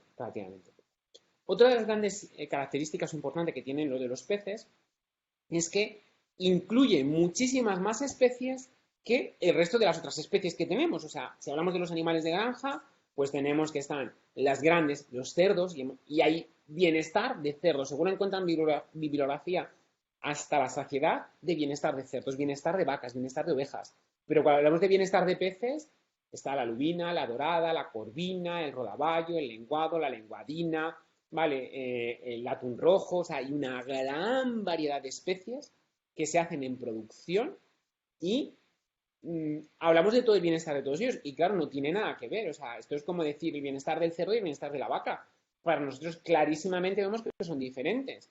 Sin embargo, el bienestar de la trucha con el bienestar de la lubina son completamente de mundos diferentes porque la trucha es de agua dulce, de agua continental y la lubina es de agua marina. Son completamente diferentes, necesidades completamente diferentes. Y sin embargo, hablamos de bienestar en peces. Entonces, eso es complicado, ¿vale? Es complicado tenerlo en cuenta. Además, dentro de estas consideraciones sobre el bienestar en peces, hay que tener en cuenta, los peces han de sentirse bien, ¿vale? Y es lo mismo han de sentirse bien que sentirse bien. O sea, el que yo haga que los peces se sientan bien va a hacer que el pez se sienta bien. Esto es importante. Y luego también tenemos que, y esto es un concepto muy, muy importante, evitar estados no agradables. Es lo mismo que disconfort, es lo mismo que sufrimiento, ¿vale? Entonces, ¿es lo mismo estados desagradables que disconfort o que sufrimiento? El sufrimiento puede ser algo adecuado. O sea, a lo mejor hay gente que sufrir, pues, nos puede gustar o les puede gustar. Luego, otro de los problemas que tenemos es el concepto de sintiencia. Es lo mismo inteligencia sintiente, o sea, capacidad de percibir que estamos sintiendo, que somos sensibles o que somos sintientes, porque yo puedo sentir dolor, pero integrar ese dolor como que me está sintiendo, ¿vale? Eso es también problemática a la hora de defender en el caso de los peces. Porque aquí es otra de las preguntas que es importante intentar discernir. ¿Creemos que sienten los peces? ¿Y cómo sienten los peces? ¿Vale? Porque claro, ¿qué sienten? ¿Sienten dolor? ¿Sienten emociones? ¿Vale? Porque claro, el dolor es fácil percibir. Si tienen terminaciones nerviosas como las que podemos tener nosotros en la piel y hacemos un corte y a nosotros nos duele, podríamos que pensar por el principio de la analogía que un animal que tiene una lesión también le va a doler. Pero ¿podrían tener sufrimiento emocional? De tal forma que de la misma forma que he hablado antes de las libertades, en una diapositiva que he copiado, solamente he cambiado algunas cosas, tenemos que estar en las libertades, hambre y sed, malestar físico, que podríamos pasar a las disposiciones, de las disposiciones a los dominios, pero ¿cómo lo aplicamos esto a los peces? Porque claro, los peces hambre y sed. ¿Cómo puede ser que tengan hambre un pez? Teniendo en cuenta, ¿vale? Que ¿cómo lo aplicamos a los peces? Tenemos que los peces tienen sed, por ejemplo. Esto es una pregunta muy importante. ¿Los peces beben? Pues sí, beben agua y necesitan beber agua para eliminan porque necesitan H2O para osmorregularse, para mantener la presión osmótica en el interior de su sangre, ¿vale? Y mantener dentro de esos parámetros fisiológicos normales. Y el hambre, tenemos que muchos de los peces son poiquilotermos. Significa que su temperatura corporal depende de la temperatura del exterior, de tal forma que si la temperatura es baja, pues a lo mejor no necesitan comer porque no tienen que mantener su temperatura corporal o no necesitan mantener esa energía para mantener su tasa de actividad o su regulación de actividad. Entonces, puede ser que los animales no coman y sea una cosa normal para el pez. Entonces, ¿cómo lo aplicamos? O malestar físico y malestar térmico, la incomodidad. Normalmente nos fijamos en las nociones relacionadas con las condiciones de natación. Libres de dolor, lesiones y enfermedad. Lesiones y enfermedades está claro, lo tenemos muy claro, o sea, una herida, pero el dolor, ¿vale? Van a tener dolor. El dolor existe en los peces como tal. Libertad para expresar el comportamiento normal. Normal es lo mismo que natural. Normal es un pez en un acuario si estuviera en libertad en su, en la zona del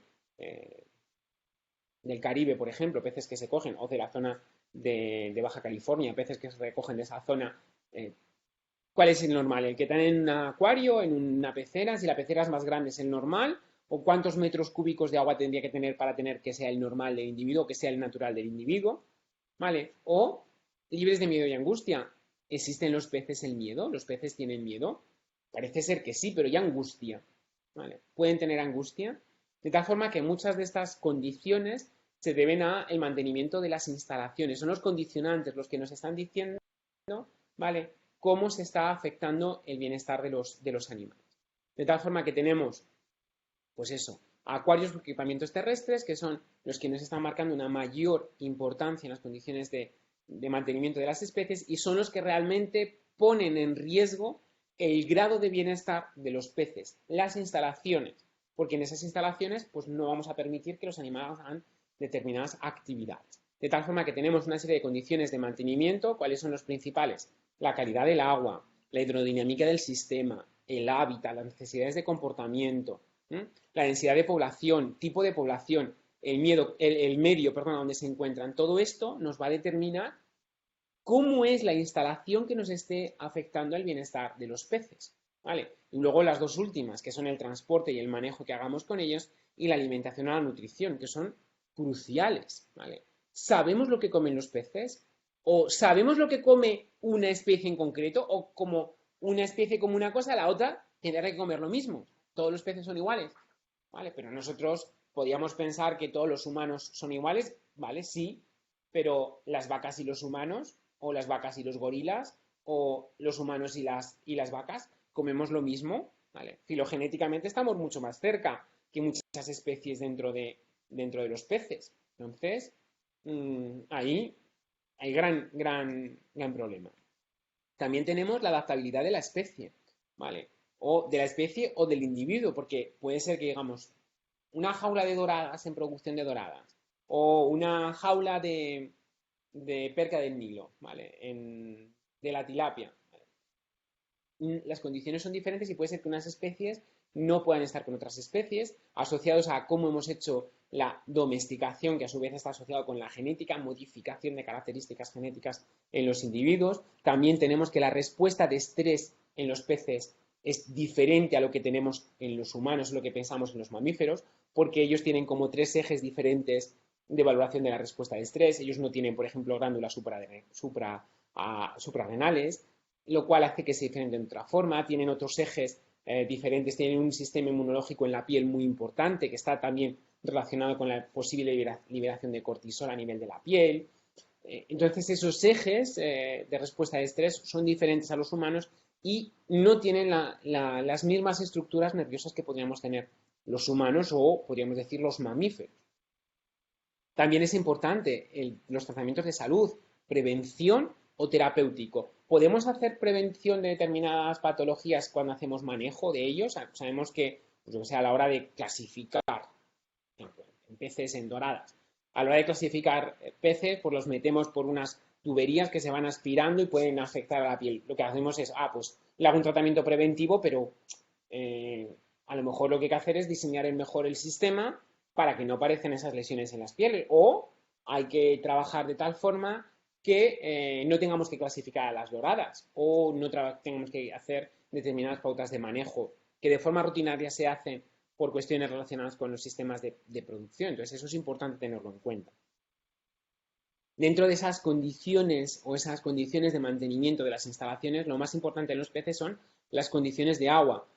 Por ahora, cuando hemos hablado de los animales de granja, no he hablado para nada de las condiciones de medioambiental. O sea, pensamos que los animales están en una granja y el aire que tienen es el que respiran, ¿vale? Pero sin embargo, en el caso de los peces, el medio donde se encuentran, el agua donde se encuentran es muy importante. La temperatura es crucial, ¿vale? Es crucial de tal forma que hay especies que no soportan temperaturas por encima de 20 grados y otras que tienen que estar por encima de 20 grados, si no se mueren. Entonces, eso también es muy, muy importante, ¿vale? Es muy, muy importante, porque la temperatura del agua nos va a determinar. Por ejemplo, en trucha, temperatura de agua por encima de 20 grados provoca una mortalidad brutal. Sin embargo, en tilapia, temperatura por debajo de 10 grados provoca una mortalidad brutal y en trucha por debajo de 10 grados no tiene ningún tipo de problema. Entonces, es muy importante las condiciones de temperatura. Lo mismo que el pH del agua, ¿vale? Cómo se están haciendo. De hecho, muchos tratamientos que se hacen terapéuticos o preventivos es modificando el pH para que crezcan o para que no crezcan determinadas bacterias o patógenos, pero puede afectar al pH de la piel del pez, ¿vale? De las escamas. Entonces, lo mismo que el oxígeno, la cantidad de oxígeno disuelto, dióxido, nitrógeno que podemos encontrar en el agua de los peces, amoníacos, amonios, nitratos, nitritos, que en casi todos los medios están muy, muy controlados, pero por ejemplo en los peces de acuicultura, que están en zonas de mar, ¿vale? Zonas abiertas de mar, uno de los principales problemas son estos contaminantes, porque muchas veces lo que se hace es ofertar comida, ¿vale? Ofertamos comidas a las doradas, por ejemplo. Le ofertamos comida para que estén comiendo, pero claro, la dorada, una de las características que tiene es que solamente come cuando la comida se está moviendo. Entonces, ¿qué se hace? Pues que vaya flotando y a medida que va flotando, pero claro, eso que va flotando va cayendo al fondo. ¿Qué sucede en el fondo? La jaula tiene un fondo que es igual, es una malla que hay al fondo debajo de la jaula. Al fondo de la jaula, a su vez, también tenemos que todos los detritus de los peces van cayendo al fondo. Entonces se produce un enriquecimiento de materia orgánica en la parte de abajo de la jaula, ¿vale? Cerca donde está la jaula. Entonces luego aparecen crecimiento de algas que se van depositando en las mallas. Eso hace que la cantidad de oxígeno que entre dentro de la jaula para los peces se vea reducida y eso pues está incrementando también la mortalidad de peces. Entonces, bueno, hay unas técnicas de manejo para evitar todo esto, complicando y moviendo las jaulas de un sitio a otro para que el suelo se vaya limpiando, porque pensamos que lo que cae en el fondo del mar ya alguien lo limpiará, pero en las jaulas, en las granjas terrestres, podríamos decir, hay una fosa de purines, hay un estercolero, ¿vale? Y ya se reencargan de meterlo, pero en el caso de los peces, ahí cae y va en el agua, ¿vale? Entonces, ¿qué hacemos con toda esa materia orgánica, ¿vale? Que se está produciendo? También es importante la salinidad, la ausencia de xenobióticos, de bacterias que puedan ser agentes nocivos. Por ejemplo, en el caso del mejillón, que no está relacionado con la parte de bienestar, aunque les digo que dentro de nada empezaremos con otros tipos de problemas de bienestar en crustáceos, ¿vale? En moluscos, ¿vale? En moluscos bivalvos. Uno de los principales problemas que tenemos es, por ejemplo, la cría del pulpo, ¿vale? El pulpo se puede pescar, no tenemos ningún tipo de problema. Sin embargo, ¿vale? Sin embargo, tenemos que el pulpo no se puede poner en una granja, ¿vale? Porque tiene problemas desde un punto de vista de que son capaces de pensar y con sus problemas. También tenemos las algas o microbiotas que pueden afectar y luego tenemos una serie de requerimientos específicos o diferentes para cada especie, márgenes de confort. ¿Quién es el que ha dicho que un pez debe de consumir una cosa y no debe consumir otra? ¿Quién ha dicho cuál es la temperatura óptima del pez? ¿Vale? Si ponemos 3 peces juntos o 3 especies diferentes, ¿vale? Pues esto también es importante tenerlo en cuenta. El hábitat, si hay varias especies, sus características, ¿son compatibles? ¿No son compatibles? Seguro que todo el mundo ha oído de los peces beta, ¿vale? En acuariofilia, ¿vale? ¿Qué sucede? Vale, pues que en esos peces beta, pues tenemos que se pueden ver afectados unos con otros si no los tenemos juntos, ¿vale? Especies que viven bajo arena ¿vale? Hay que buscarles hueco, colocar refugios, colocar diferentes diferentes estructuras, cuevos, sustratos, disruptores visuales. Pues, por ejemplo, aquí vemos un lenguado. Vale, este lenguado es importante tenerlo en cuenta que va a estar en suelo, o aquí tenemos un rodaballo, que igual que está en suelo, que tiene una superficie y pues no ponemos ningún tipo de estructura. Sin embargo, cuando hablamos de peces de acuario tenemos diferentes estructuras que nos van a servir, ¿vale?, para tener esas instalaciones en los o disruptores visuales en los acuarios, ¿vale? También tenemos, por ejemplo, aquí disruptores, esto es igual en un acuario, o para que vean cómo los peces son capaces de utilizar o de poder jugar. ¿Bien? Vamos a ver, miren ese pez que está aquí en el fondo, cómo sube por ese torrente de burbujas, vuelve a bajar, se vuelve a meter al torrente de burbujas, sube. ¿Vale? Si fuera algo que no le gusta, no lo volvería a repetir. ¿Vale? Sube otra vez, o sea que realmente colocar sistemas de enriquecimiento les favorece. Entonces, esto es una de las cosas que nosotros, por ejemplo, estamos trabajando aquí en la universidad, en intentar ver sistemas de enriquecimiento para peces. Estamos trabajando en trucha, colocando sistemas debajo del agua de corrientes subacuáticas, viendo cómo o cuáles serían las que más les gustan a ellas o prefieren. También es importante tener en cuenta qué indicadores estamos utilizando para el bienestar de los animales. Pues el comportamiento habitual, comportamiento alimentario, movimientos respiratorios, movimientos de natación, todo ello son medidas que son importantes tenerlas en cuenta, ¿vale? Actividad, dominancia, cómo están funcionando las instalaciones, o aquí, por ejemplo, aquí van a ver un pez que están haciendo movimientos estereotipados, en que vuelven, otra vez vuelve y hace el mismo recorrido una y otra vez, una y otra vez, una y otra vez. Es un acuario con un movimiento estereotipado, que puede ser una patología, puede ser una enfermedad, deberíamos de mirarlo, ¿vale? Porque nos está indicando que el pez está frustrado o que tiene algún tipo de alteraciones en el comportamiento que hace que estén desarrollando ese tipo de comportamientos anómalos. Es importante tenerlo en cuenta. También es importante el crecimiento, son parámetros que utilizan, parámetros productivos, índices de condición, integridad de la piel, las escamas o las aletas, esto que ya les he contado anteriormente, índice de enfermedades, luego tiempo de recuperación, de retorno, ¿vale? O cuestiones relacionadas con el manejo de esos, después de que hemos hecho algún manejo con el animal, cuando vuelva a tener el comportamiento normal. Esto se utiliza mucho en el caso de animales o en peces, el tiempo que tardan en empezar a tener el mismo hábito de consumo de alimento. ¿Por qué? Porque muchas veces cuando hacemos un manejo, que suelen ser manejos estresantes, pues el despesque o el mover de unos estanques a otros o el llevar unos peces de una clasificación, provoca que en el siguiente día o en los siguientes 2 días dejen de alimentarse. Entonces, el cuantificar cuándo empiezan a recuperar ese comportamiento normal nos puede indicar que el animal tiene relativamente, ¿vale?, un buen nivel de bienestar en esos animales. También tenemos, y esto es importante, ¿vale?, lo de sentir dolor, estrés, ¿cómo pueden hacerlo? Existe una experiencia emocional desagradable, no placentera, y eso es importante, ¿vale? Para poder decir que hay algo desagradable tiene que haber una percepción interna de las emociones. ¿Pueden sentir emociones los peces?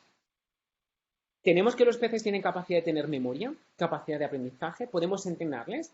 Todo esto es importante a la hora de definir si los animales tienen miedo, dolor, sufrimiento, no tienen miedo o no tienen dolor, ¿vale?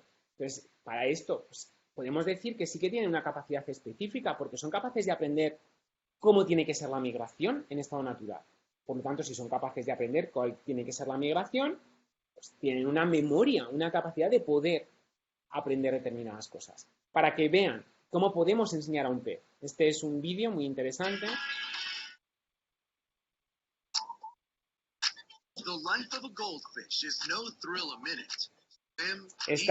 Está en inglés, lo dejo para que lo oigan en inglés, supongo que sí que se oirá allí igual que me viene a mí a través de mi ordenador, ¿vale? Para que vean cómo funciona. Comet was just an ordinary goldfish when we bought him out of the tank at a pet store. He's learned to do some rather extraordinary things. He shoots and scores. Comet's far and away the smartest fish out there. In 2005, Dean Pomerleau was trying to convince his son Kyle that a pet fish was better than a dog. A pretty tough sell for a 9-year-old. Goldfish are more like furniture than pets. We wanted to make our fish a little more interesting. We decided to try and train them. Day job, I work teach robots. Machine learning, it's called. So it wasn't too big a step trying to train fish to do interesting tricks. And if you think it's tough teaching Fido to fetch, try a goldfish. Nice job, Comet. I've never been able to train a dog to fetch. My fish to do it. Dean has developed a time-tested training method. Step 1, administer the Guppy IQ test. The way I picked Comet, if you hold your finger up to the tank and the fish tracks it, that's a sign that he's a pretty smart fish. Step 2, build the top-secret equipment in your basement laboratory. The first question was, where do we find the equipment to use to train a fish? The way we did it to start with was just bend a coat hanger into the shape of a hoop and use that as our prop. Once we thought of this poking holes in the tubing around the hoop and attaching like a bubble thing that makes bubbles come out, and we called it the flaming hoop of death. The fish were a little too scared. The third and final step to turning an ordinary bowl dweller into a world-class performer? Practice, practice, practice. But tasty treats don't hurt either. Likes to follow the wand anywhere, basically. This is sort of the training process, is lure him with the wand until he learns to do it his own.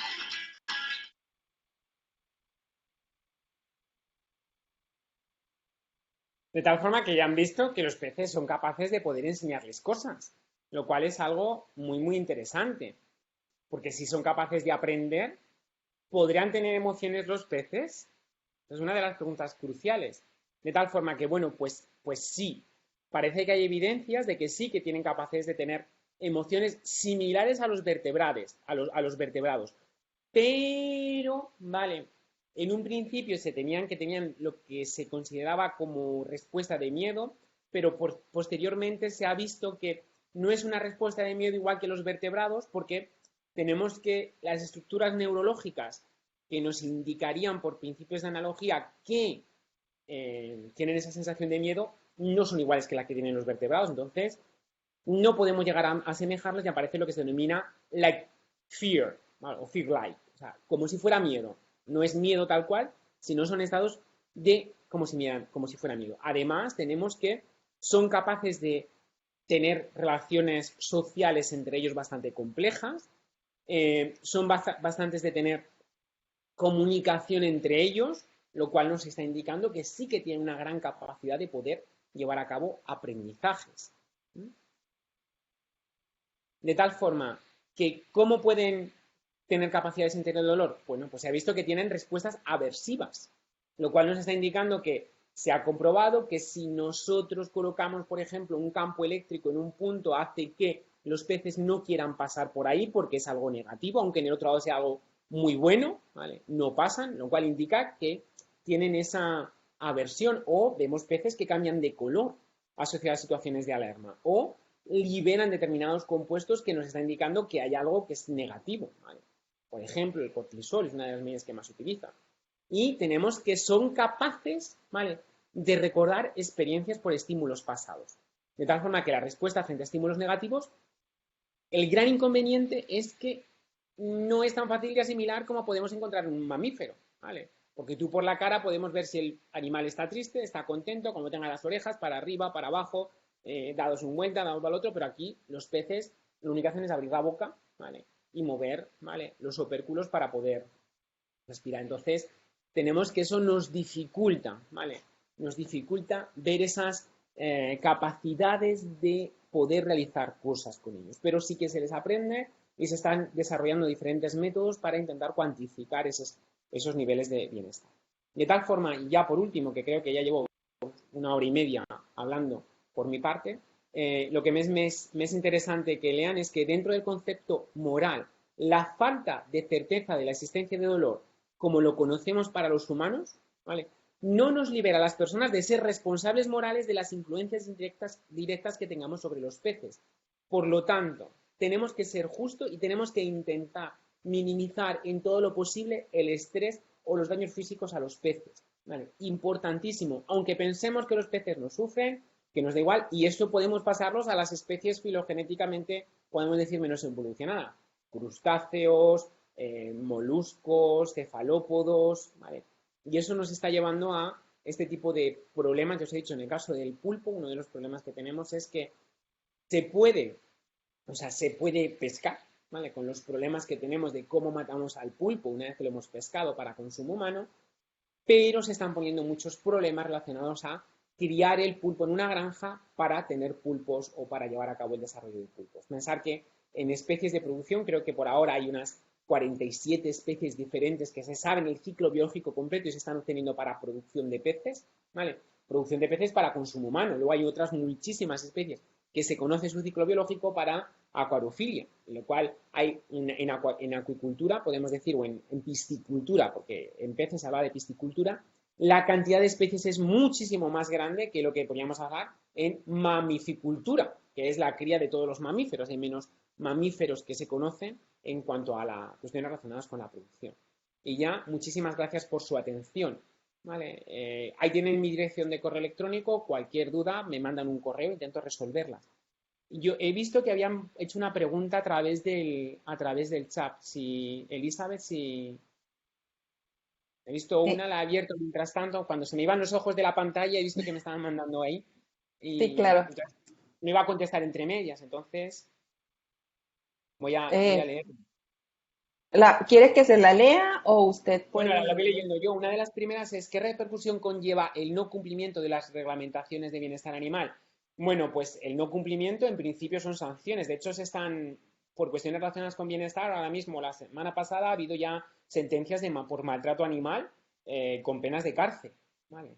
De tal forma que primero es una amonestación, claro, no son tan graves como en el caso de el maltrato humano, ¿vale? En el cual pues, la muerte de un humano lleva a otros tipos de problemas, se persiguen, pero sí que tienen sus repercusiones en la no cumplimentación de las reglamentaciones. O sea, pues por ejemplo, ya no solamente la reglamentación en bienestar animal, sino la reglamentación por parte de cadenas comerciales.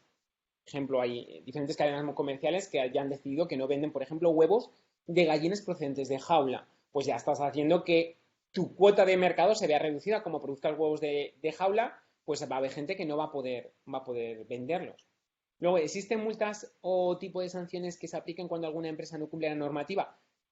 No hay ninguna norma tal, o sea, no hay ningún, bueno, ahora mismo sí, con la ley de 2007 sí que hay multas, ¿vale?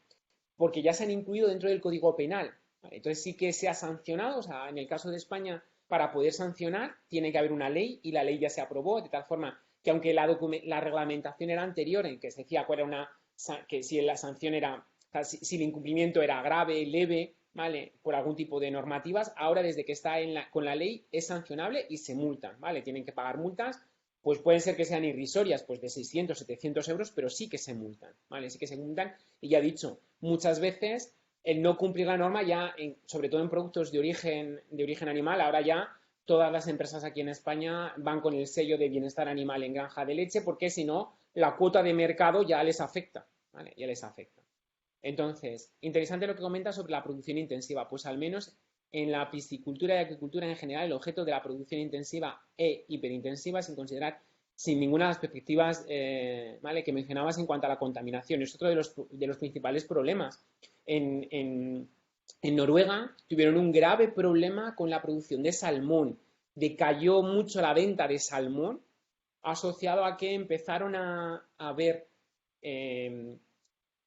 bueno, las visiones más proteccionistas o las partes más ecologistas empezaron a cuestionar que, como casi todos estaban dentro de los fiordos noruegos, en la producción de salmón, uno de los problemas que tenían era que había una mayor carga de contaminantes en esa zona y hacían que hubiera pues, más contaminantes, sobre todo de minerales, pues por plomo, por mercurio. Entonces eso les llevó a cayó la venta de salmón muchísimo y ahora la han vuelto a retomar con todos los mercados de producción de calidad, llevando a una cuota de mercado para llevar a cabo una mayor producción de calidad. En el caso del salmón, intentando vender sello de calidad asociado a que está producido en los fiordos noruegos con unas normas muy restrictivas en cuanto a las características medioambientales, porque si no, vale, por ejemplo en España, en cuestiones relacionadas con el medio ambiente, las granjas se tienen que poner a unos, no menos exactamente, pero más o menos como a 2 millas de zona de playa o de zona turística, para evitar contaminaciones, para evitar cualquier tipo de problemas. Aquí hay otra persona. Una de las cosas más importantes en cualquier modelo animal o en proceso sería, incluyendo los modelos acuáticos, es obtener los basales fisiológicos normales. Algo que se puede hacer en muchos casos. A ver, es muy complicado tener los basales normales. Normalmente lo que se recomienda, y hay algunos trabajos que están hechos, es si necesitas un valor fisiológico normal como base, es coger y sacar a un único animal, sacrificarlo en el momento más adecuado, en ese momento nada más sacarlo lo más inmediatamente posible para tener esos valores basales de ese animal. Esperar un cierto tiempo porque el hecho de que saques a uno puede hacer que los demás se vean incrementados sus niveles basales. Entonces, se puede recomendar esperar 2 o 3 días para volver a sacar al siguiente y así sucesivamente para tener lo que sería el valor fisiológico basal. Es lo que se recomienda. Normalmente lo que se suele también hacer es, dentro de los sistemas, para no tener un nivel basal que te marque la bibliografía, sino tener lo que sería el control, que sería haciendo lo mismo, porque tu sistema de producción puede variar, ¿vale? Haciéndolo, el manejo sea exactamente igual y a unos has hecho diferentes tratamientos, pero a uno no lo has hecho, para que te sirva de referencia, porque incluso en el caso de peces varía mucho en la época del año, no es lo mismo verano que invierno, no es lo mismo un estanque que está más cerca de cabecera, por ejemplo en truchas, que está en cabecera, que está en cola de un acuario, entonces eso también es importante tenerlo en cuenta.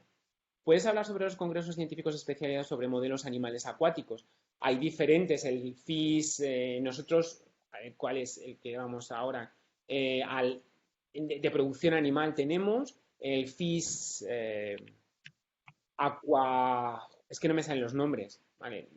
Porque hay varios congresos relacionados con acuicultura, ¿vale? En el cual se hablan de modelos animales, modelos experimentales. Está el europeo de acuicultura, en Estados Unidos hay otro de acuicultura, también el World European Congress o Aquiculture Congress, y el europeo, nosotros también tenemos el ibérico en España, que hacemos reuniones bianualmente sobre peces, entonces en esos se llevan sobre modelos acuáticos.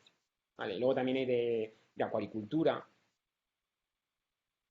A ver, otra pregunta es, sumamente importante el etiquetado para diferenciar quienes cumplen con estas nuevas normativas de bienestar animal. Esta sería una pregunta para Carlos Angulo o quienes tengan información de los avances que existan en México en este sentido. Pues la mayoría de los productores de animales para consumo ni siquiera conciben este aspecto todavía. Existe un largo trecho por recorrer en este sentido de la legislación. No lo sé en México cómo funciona. Aquí en España, desde el 2012-13, empezaron a ver que o etiquetaban, o sea, había un gran... Y, de hecho, los etiquetados de bienestar animal no cambian mucho la normativa que se aplica. O sea, casi todos los etiquetados relacionados con el bienestar de los animales están basados en la normativa que hay, de tal forma que esa normativa lo ponen y lo que te ponen es el bienestar animal. Ya se estaba cumpliendo porque era de obligado cumplimiento, pero el consumidor ahora ve que ese bienestar hay una etiqueta, entonces mejoras el etiquetado. Yo no sé si Carlos, puedes hablar sobre ello ante esta pregunta. Hola, doctor. Sí, no hemos encontrado nosotros información en México respecto a la pregunta que hace el biólogo Eber, y sin embargo todavía queda mucho por recorrer, no solo en las especies de importancia en la producción de animales terrestres, sino también de los acuáticos. Allí prácticamente no hay legislación alguna ni reglamentación alguna. Entonces, viene bien la pregunta porque incluso algo que comentábamos al inicio era la posibilidad de que de este seminario inaugural pudieran luego hacerse actividades que permitieran proponer alguna legislación al respecto. Entonces, muy buena pregunta y bueno, todavía no hemos encontrado gran cosa al respecto. Al parecer no hay. con respecto a la pregunta de Alberto Aragón, las publicaciones científicas están ahora exigiendo el código ético para peces de cultivo, sí. Entonces están, sobre todo para publicarlos. Es obligatorio, salvo que no tengas, porque estés haciendo pruebas en las cuales no necesitas un comité ético, pero ahora que tenéis el comité ético ahí, el comité ético sería el que avalaría que esas pruebas se puedan desarrollar bajo unas condiciones propias, y las revistas te los están exigiendo de forma normal, todas. Pero no solamente para peces, están exigiéndolo para todos. En cuanto toques un animal, tienes que, aunque hagas crecimiento del animal y sea pesar, porque no hay ningún problema relacionado con el bienestar del animal, te exigen que haya pasado por un comité ético para que te avale que lo puedes desarrollar.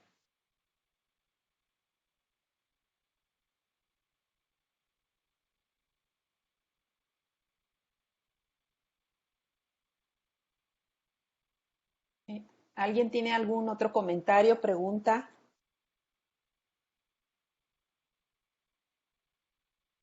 A ver, hay otra pregunta. La voy a leer si me permite. Dice Martín Ramírez, ¿qué hay de la NOM 062 publicada desde el 99? Especificaciones técnicas para la producción, cuidado y uso de animales de laboratorio. En todo caso es actualizarla. Bueno, esa norma es una norma que actualmente está vigente en México, es para el uso de animales experimentales. Entonces, pues sí, tiene razón. La última actualización fue del 2001 y hasta la fecha pues no está actualizada todavía. Sí, o sea, en esa no lo sé. En el caso de España hay una normativa, la Unión Europea hay una normativa sobre investigación y sí que incluye los peces. Incluye el zebrafish, ¿vale? Como pez más importante, ¿vale? Pero sí que incluye los peces. No todas las especies, que es uno de los grandes problemas, porque cuando decimos peces, no es lo mismo el zebrafish que la trucha, o que yo trabajo con trucha de ración, o sea, trucha que va a consumo humano, necesito que sea de 400 gramos, lo cual ya las características son completamente diferentes a una alevín de trucha o a una alevín de durada.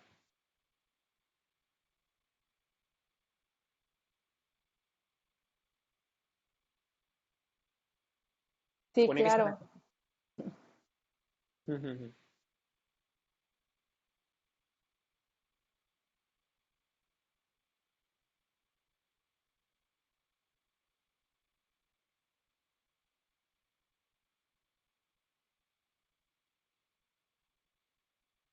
Doctor, yo quería participar con lo siguiente. Me parece que muchas de las preguntas que usted nos hace obedecen un tanto a la filosofía de la ética de investigación en animales terrestres y acuáticos. Pareciera que por ahí deberíamos de empezar, dado que el bienestar o el malestar de los animales lo respondemos con nuestra percepción respecto de cómo ellos se pudieran encontrar.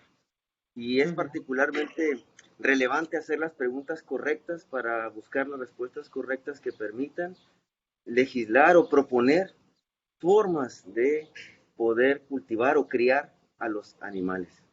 Y agregar que en México ciertamente hay un campo muy interesante que este Comité de Ética en Investigación se dio cuenta. En animales de laboratorio hay normas, como menciona el doctor Martín Ramírez. En animales de granja se suscribe al transporte y al sacrificio, y en el sacrificio incluso se mencionan algunos aspectos a considerar para animales acuáticos.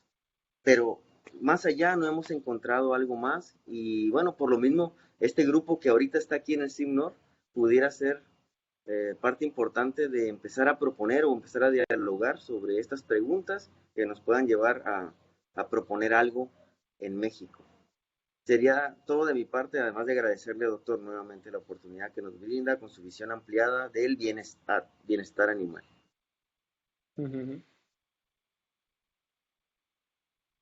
Sí, o sea, la cuestión es que seguro que tiene normativas, siempre hay. El problema es que es mínimo, y claro, hay veces que nos exigen muchísimas cosas más, porque sobre todo en el caso de investigación, la globalización es muy grande. Entonces, claro, exigen lo mismo a un grupo que investiga en México, que a un grupo que investiga en España, que a un grupo que investiga en Australia, a la hora de publicar un artículo. Entonces, eso lleva a que obligatoriamente tenemos que tener códigos de ética, ¿vale? O comités de ética. Nosotros aquí en la universidad igual nos costó bastante poder llevarlo, entonces están instaurados desde el 2005 los comités de ética, bueno, 2000 no, 2015, 2012 los comités de éticas dentro de la Facultad de Veterinaria o dentro de la Universidad Complutense, y obligatoriamente todos los centros de investigación tienen que tener un comité de ética para poder evaluar proyectos. O sea, cuando se solicita un proyecto, dependiendo de lo que sea, lo que se vaya a realizar, necesitas un visto bueno del comité de ética. Y además, como investigadores tenemos que tener una formación relacionada y que tenemos que hacer cursos de formación cada 8 años para mantener esa capacitación en investigación con animales. Me gustaría aprovechar, porque es el mismo punto y que lo mencionaba Carlos. A mí esto que mencionaba de que la publicación científica me exigió el código de ética fue ahora en octubre de 2021. Obviamente yo jamás me había enfrentado a eso y consulté a este recién creado comité de ética de nuestro centro, del CIBNOR, y precisamente Carlos me contestó que no existe el mentado código. Yo estuve en contacto con el editor, le estuve mucho diciendo, pues no tenemos un código, no existe en el país un código, se siguen las reglas normales, etcétera. Finalmente me aceptaron y el artículo fue publicado en noviembre, pero yo me puse a investigar y resulta que hay colegas que están publicando y ponen código de ética y hacen referencia a esta norma del 99 y esa norma no habla de peces. Esa norma habla de cabras, de vacas, de cerdos, y justo habla más del transporte y el sacrificio, sobre todo. La leí atentamente. Entonces, me parece también preocupante. Una, como dijo Carlos, hay que trabajar en ello, pero que con el afán de publicar, digamos que estamos usando un código que ni siquiera habla de peces, no es correcto. Pues yo, como les dije, luché mucho con el editor, le hice ver la situación del país y finalmente entendió eso. Dijo, entendemos que en algunos, lo que acaba de decir el doctor, que por cierto, aprovecho para agradecerle personalmente, ¿no? esta charla, que dijo eso, ¿no? No todos los países tienen y, ok, aceptamos todos tus argumentos y se publicó sin ser sin establecer ese apartadito que me pedían de ética, ¿no? Pues muchas gracias nuevamente, igual muchas gracias a los organizadores y estaremos atentos con el comité de ética en lo que necesiten apoyar. Yo además me tengo que desconectar porque voy a tener otra reunión ahorita en 15 minutos. Muchas gracias nuevamente, doctor. Muchas gracias. Aquí tengo una pregunta a ver, Carlos, vale, Hay una diferencia importante entre un modelo animal y organismos de estudio. ¿Puede comentar al respecto si hay una gran diferencia entre lo que es el modelo animal, ¿vale?, que se está utilizando para hacer investigación, ¿vale?, lo que es un modelo que estás utilizando, y ya no es exactamente lo que te quieres en organismos de estudios, es que todo depende. Aquí en el caso de España no es lo mismo una experimentación animal que un estudio con animales, ¿vale? No es lo mismo, por ejemplo, alimentación, ¿vale?, en el cual yo al animal simplemente lo que estoy dando son diferentes dietas.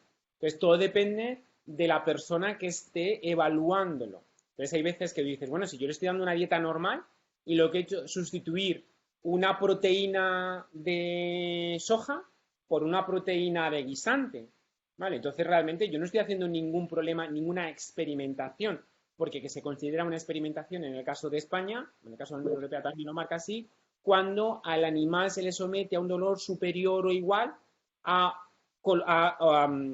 sacar una muestra de sangre bajo las buenas prácticas veterinarias. Entonces, claro, yo puedo considerar que si no saco una muestra de sangre al pez, simplemente estoy cambiando la dieta, para mí no es experimentación animal. Pero puede ser que el comité de ética considere que el hecho de cambiar la dieta puede ser que modifique la microbiota o modifique el aparato digestivo y eso afecta a su bienestar. Entonces, puede ser que sea considerado como experimentación animal. Entonces, esa es una diferencia importante. Los modelos animales son los que generalmente se utilizan y se hacen pues para estudios fisiológicos, se sacan muestra de sangre o se utilizan, por ejemplo, en el caso de animales de laboratorio, el típico pez cebra para hacer cuestiones relacionadas con embriones, desarrollo de embriones, morfologías o toxicidad, lo cual sí que puede haber modificaciones de su estado fisiológico normal. Mientras que podemos hacer, pues eso, yo hay veces que trabajo con ovejas, a los cuales simplemente lo hago es cambiar la dieta. Entonces, para nosotros no se considera que haya un problema de bienestar en ese animal por hecho de cambiar la dieta. tenemos que argumentarlo, igual que ha comentado el doctor Alberto Aragón, que tuvo que argumentar para dejarle publicar el artículo. Nosotros tenemos que argumentar con nuestros comités de ética que esto no es un problema de bienestar animal, porque es cambiar una proteína por otra proteína, que si fuera en estado natural, tú pides una ración, la ración te viene racionalizada por proteína bruta, lo cual la proteína bruta puede venir de guisante, puede venir de soja, puede venir de cualquier ración en función de proteína bruta. Entonces, el que yo cambie de esa fuente de proteína no tendría por qué afectar al animal. Entonces, es una de las cosas que nosotros tenemos que argumentar muchas veces cuando solicitamos proyectos de investigación. ¿Vale? Y luego ya, Lupe, ya la pregunta de si hay normas o leyes mexicanas que aplican al bienestar terrestres marinos, ¿vale? Eso ya sí que no lo sé.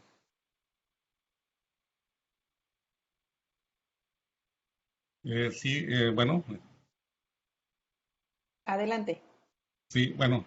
Primero, sobre esta última pregunta de Lupe, bueno, es lo que hemos venido comentando, ¿no? Las leyes que existen en México son de los 90, ¿no? Y ha habido actualizaciones, algunas actualizaciones, pero ninguna reciente, de tal manera que las situaciones de que se ha venido comentando, sí hace falta una actualización de normas que tienen que ver con el bienestar animal. Eso es algo urgente, ¿no? Y un poquito comentar sobre lo que platicaba el doctor Alberto Aragón. Justo creo que ante la ausencia de estas normas que digamos que avalen el bienestar animal, en particular de animales acuáticos, creo que es la idea de estos comités de ética, ¿no? Que estos comités institucionales subsanen de alguna manera ese hueco de información o esa carencia de normas para atender algunas cosas y responder de mejor manera, en este caso, a los editores, ¿no? Que demandan este tipo de requisitos para las publicaciones. Yo creo que es una de las cosas que tenemos que ir aterrizando en el comité de ética, cuál va a ser el procedimiento para que una opinión del comité tenga ese nivel, tenga ese valor, ¿no? De que pueda subsanar ese requisito que piden las revistas. Y aprovecho para, a nombre de las academias involucradas y del Comité de Ética del CIMNOR, pues para agradecer de nuevo al doctor Jesús de la Fuente por tan interesante plática. Muchas gracias, doctor. No, de nada. Contestando otra pregunta, ¿qué pasa con los transgénicos? ¿Es consideración? Sí, el problema, el transgénico que tenemos, o sea, en el caso de los animales transgénicos, el problema que existe está asociado con el bienestar de esos animales asociados a si se han modificado esos genes, y esos genes pueden provocar alteraciones en el bienestar del animal. El hecho de haber modificado algún tipo de gen ya implica que se ha hecho una experimentación animal. Aunque sea en el embrión, aunque sea implica que se ha hecho una experimentación animal, y en eso sí que hay que tener en cuenta, relacionados con el bienestar animal, en animales de experimentación. Existe una normativa, o sea, igual que os he puesto lo de, si buscáis en internet los códigos de protección y bienestar animal, aparece toda la normativa relacionada con los animales de experimentación completamente desarrollada, para que veáis lo que nos exigen o lo que tenemos que hacer aquí en España relacionado con los transgénicos. Por ejemplo, los transgénicos, el hecho de a un animal haber hecho una modificación de un gen, ya esa manipulación, aunque sea en célula, ¿vale? Antes de haber hecho implantación y desarrollo, se tiene que tener o tiene que pasar por comité ético y tiene que cumplir las normativas de bienestar animal. Otra pregunta, en el caso de especies cinegéticas de caza deportiva, siempre es importante considerar el bienestar dentro de los planes de manejo en especies particulares. Pues sí, es importante. De hecho, en la caza deportiva, una de las cosas, bueno, a ver, dentro del bienestar, las cazas, bueno, pues no están recogidas como tal, ¿vale? Se puede hacer la caza sin ningún... la cuestión es que la caza como... O sea, el bienestar durante la caza no se considera, ¿vale? Sobre el sacrificio del pez, o sea, pues el sacrificio de la especie no se está incluyendo, ¿vale? No se está incluyendo. Pero sí hay que tenerlo asociado a, en el caso de España, solicitar cuándo y de qué forma se va a hacer esa caza, ¿vale?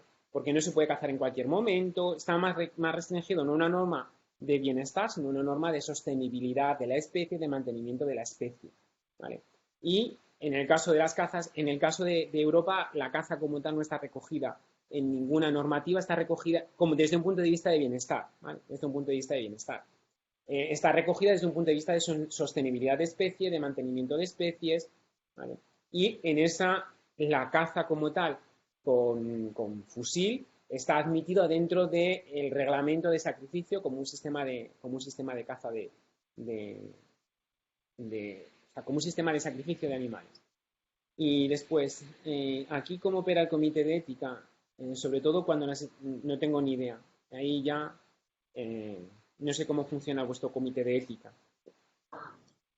Lo puedo comentar muy brevemente. Es un comité recientemente formado, digamos, tiene alrededor de 8 meses y estamos justo en el proceso de ver cuáles son los mecanismos que hay para hacer ese tipo de aval. Pero en principio, bueno, eso deberíamos de comentarlo más internamente, pero en principio, ahora, una vez que los investigadores pretenden subir una propuesta, esto pasa a través de una plataforma y esta plataforma decide si es una propuesta que debe pasar al comité de ética. El comité de ética pues tiene la función de revisar estas propuestas y, de ser el caso, dar un documento que avala, que cumple con ese tipo de requerimientos. Sería de manera muy general la respuesta. Pero claro, es un proceso que justo estamos tratando de definirlo con más detalle, ¿no? Cómo va a funcionar esto, qué tipo de documento es el que se va a dar respuesta a la evaluación de estas cosas. Gracias.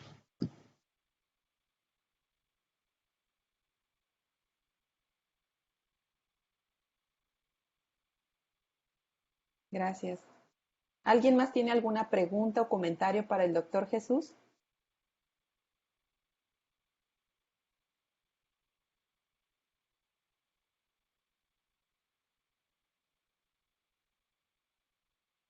Bueno, pues creo que ya no hay más preguntas. De todos modos, vamos a hacer llegar, les voy a poner aquí en el chat el correo electrónico del doctor Jesús por si tienen alguna otra duda o comentario, lo pueden hacer también contactándolo a través de su correo electrónico. Y bueno, os haré llegar la presentación tal cual para que la tengáis y la difundáis entre vuestros miembros los asistentes a la ponencia.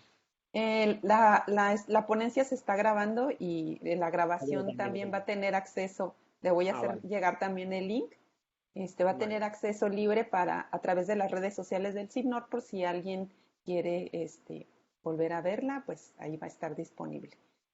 Y bueno, también quiero hacer una entrega simbólica de una constancia que le haré llegar más adelante, un reconocimiento por la ponencia.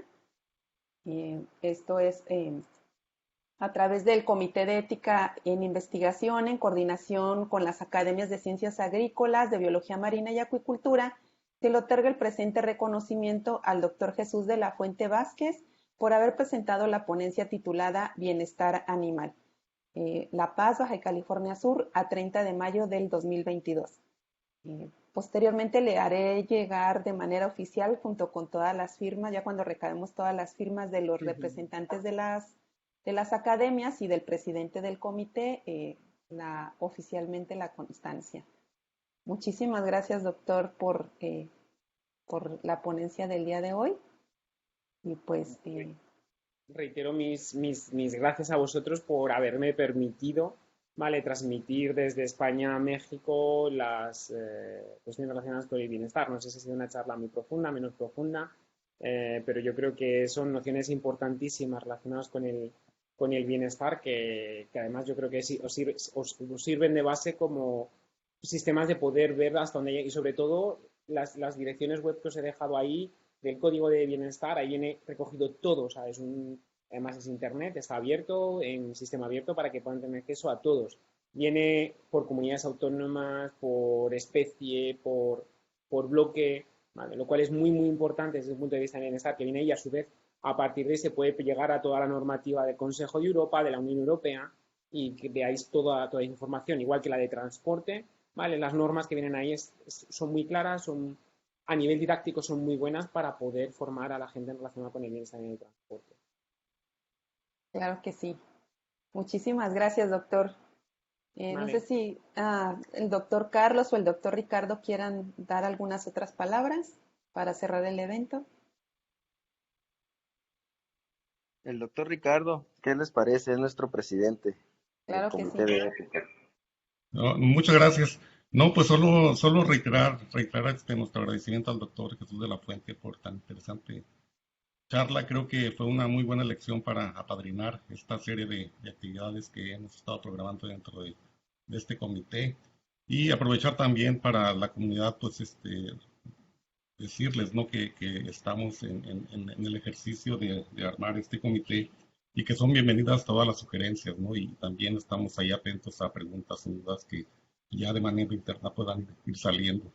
Y pues agradecer también a Elizabeth por el apoyo en la coordinación de esta actividad, a Carlos, que es el que realmente hace todo el trabajo dentro del comité, muchas gracias. Y bueno, pues un saludo hacia España y ojalá que nos veamos en otra ocasión pronto. Muchas gracias, Jesús. Y Muchísimas hasta luego. gracias. Sí, sí.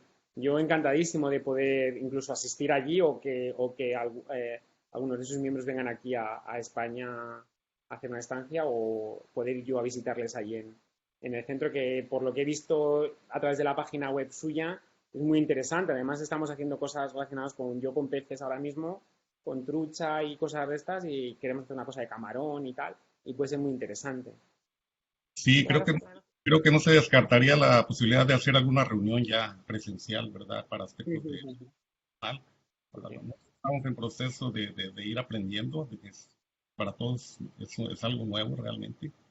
Son a veces normas muy complejas, muy desactualizadas y hay mucho trabajo que hacer, entonces creo que vendría muy bien alguna reunión ya para ir intercambiar ideas y sobre todo con colegas que van un poquito más adelante. Entonces, pues dejemos ahí en la mesa, ¿no? La posibilidad de que nos podamos algún día reunir, hacer alguna actividad. Sí, sí. Gracias. Muchísimas gracias. Gracias, doctor.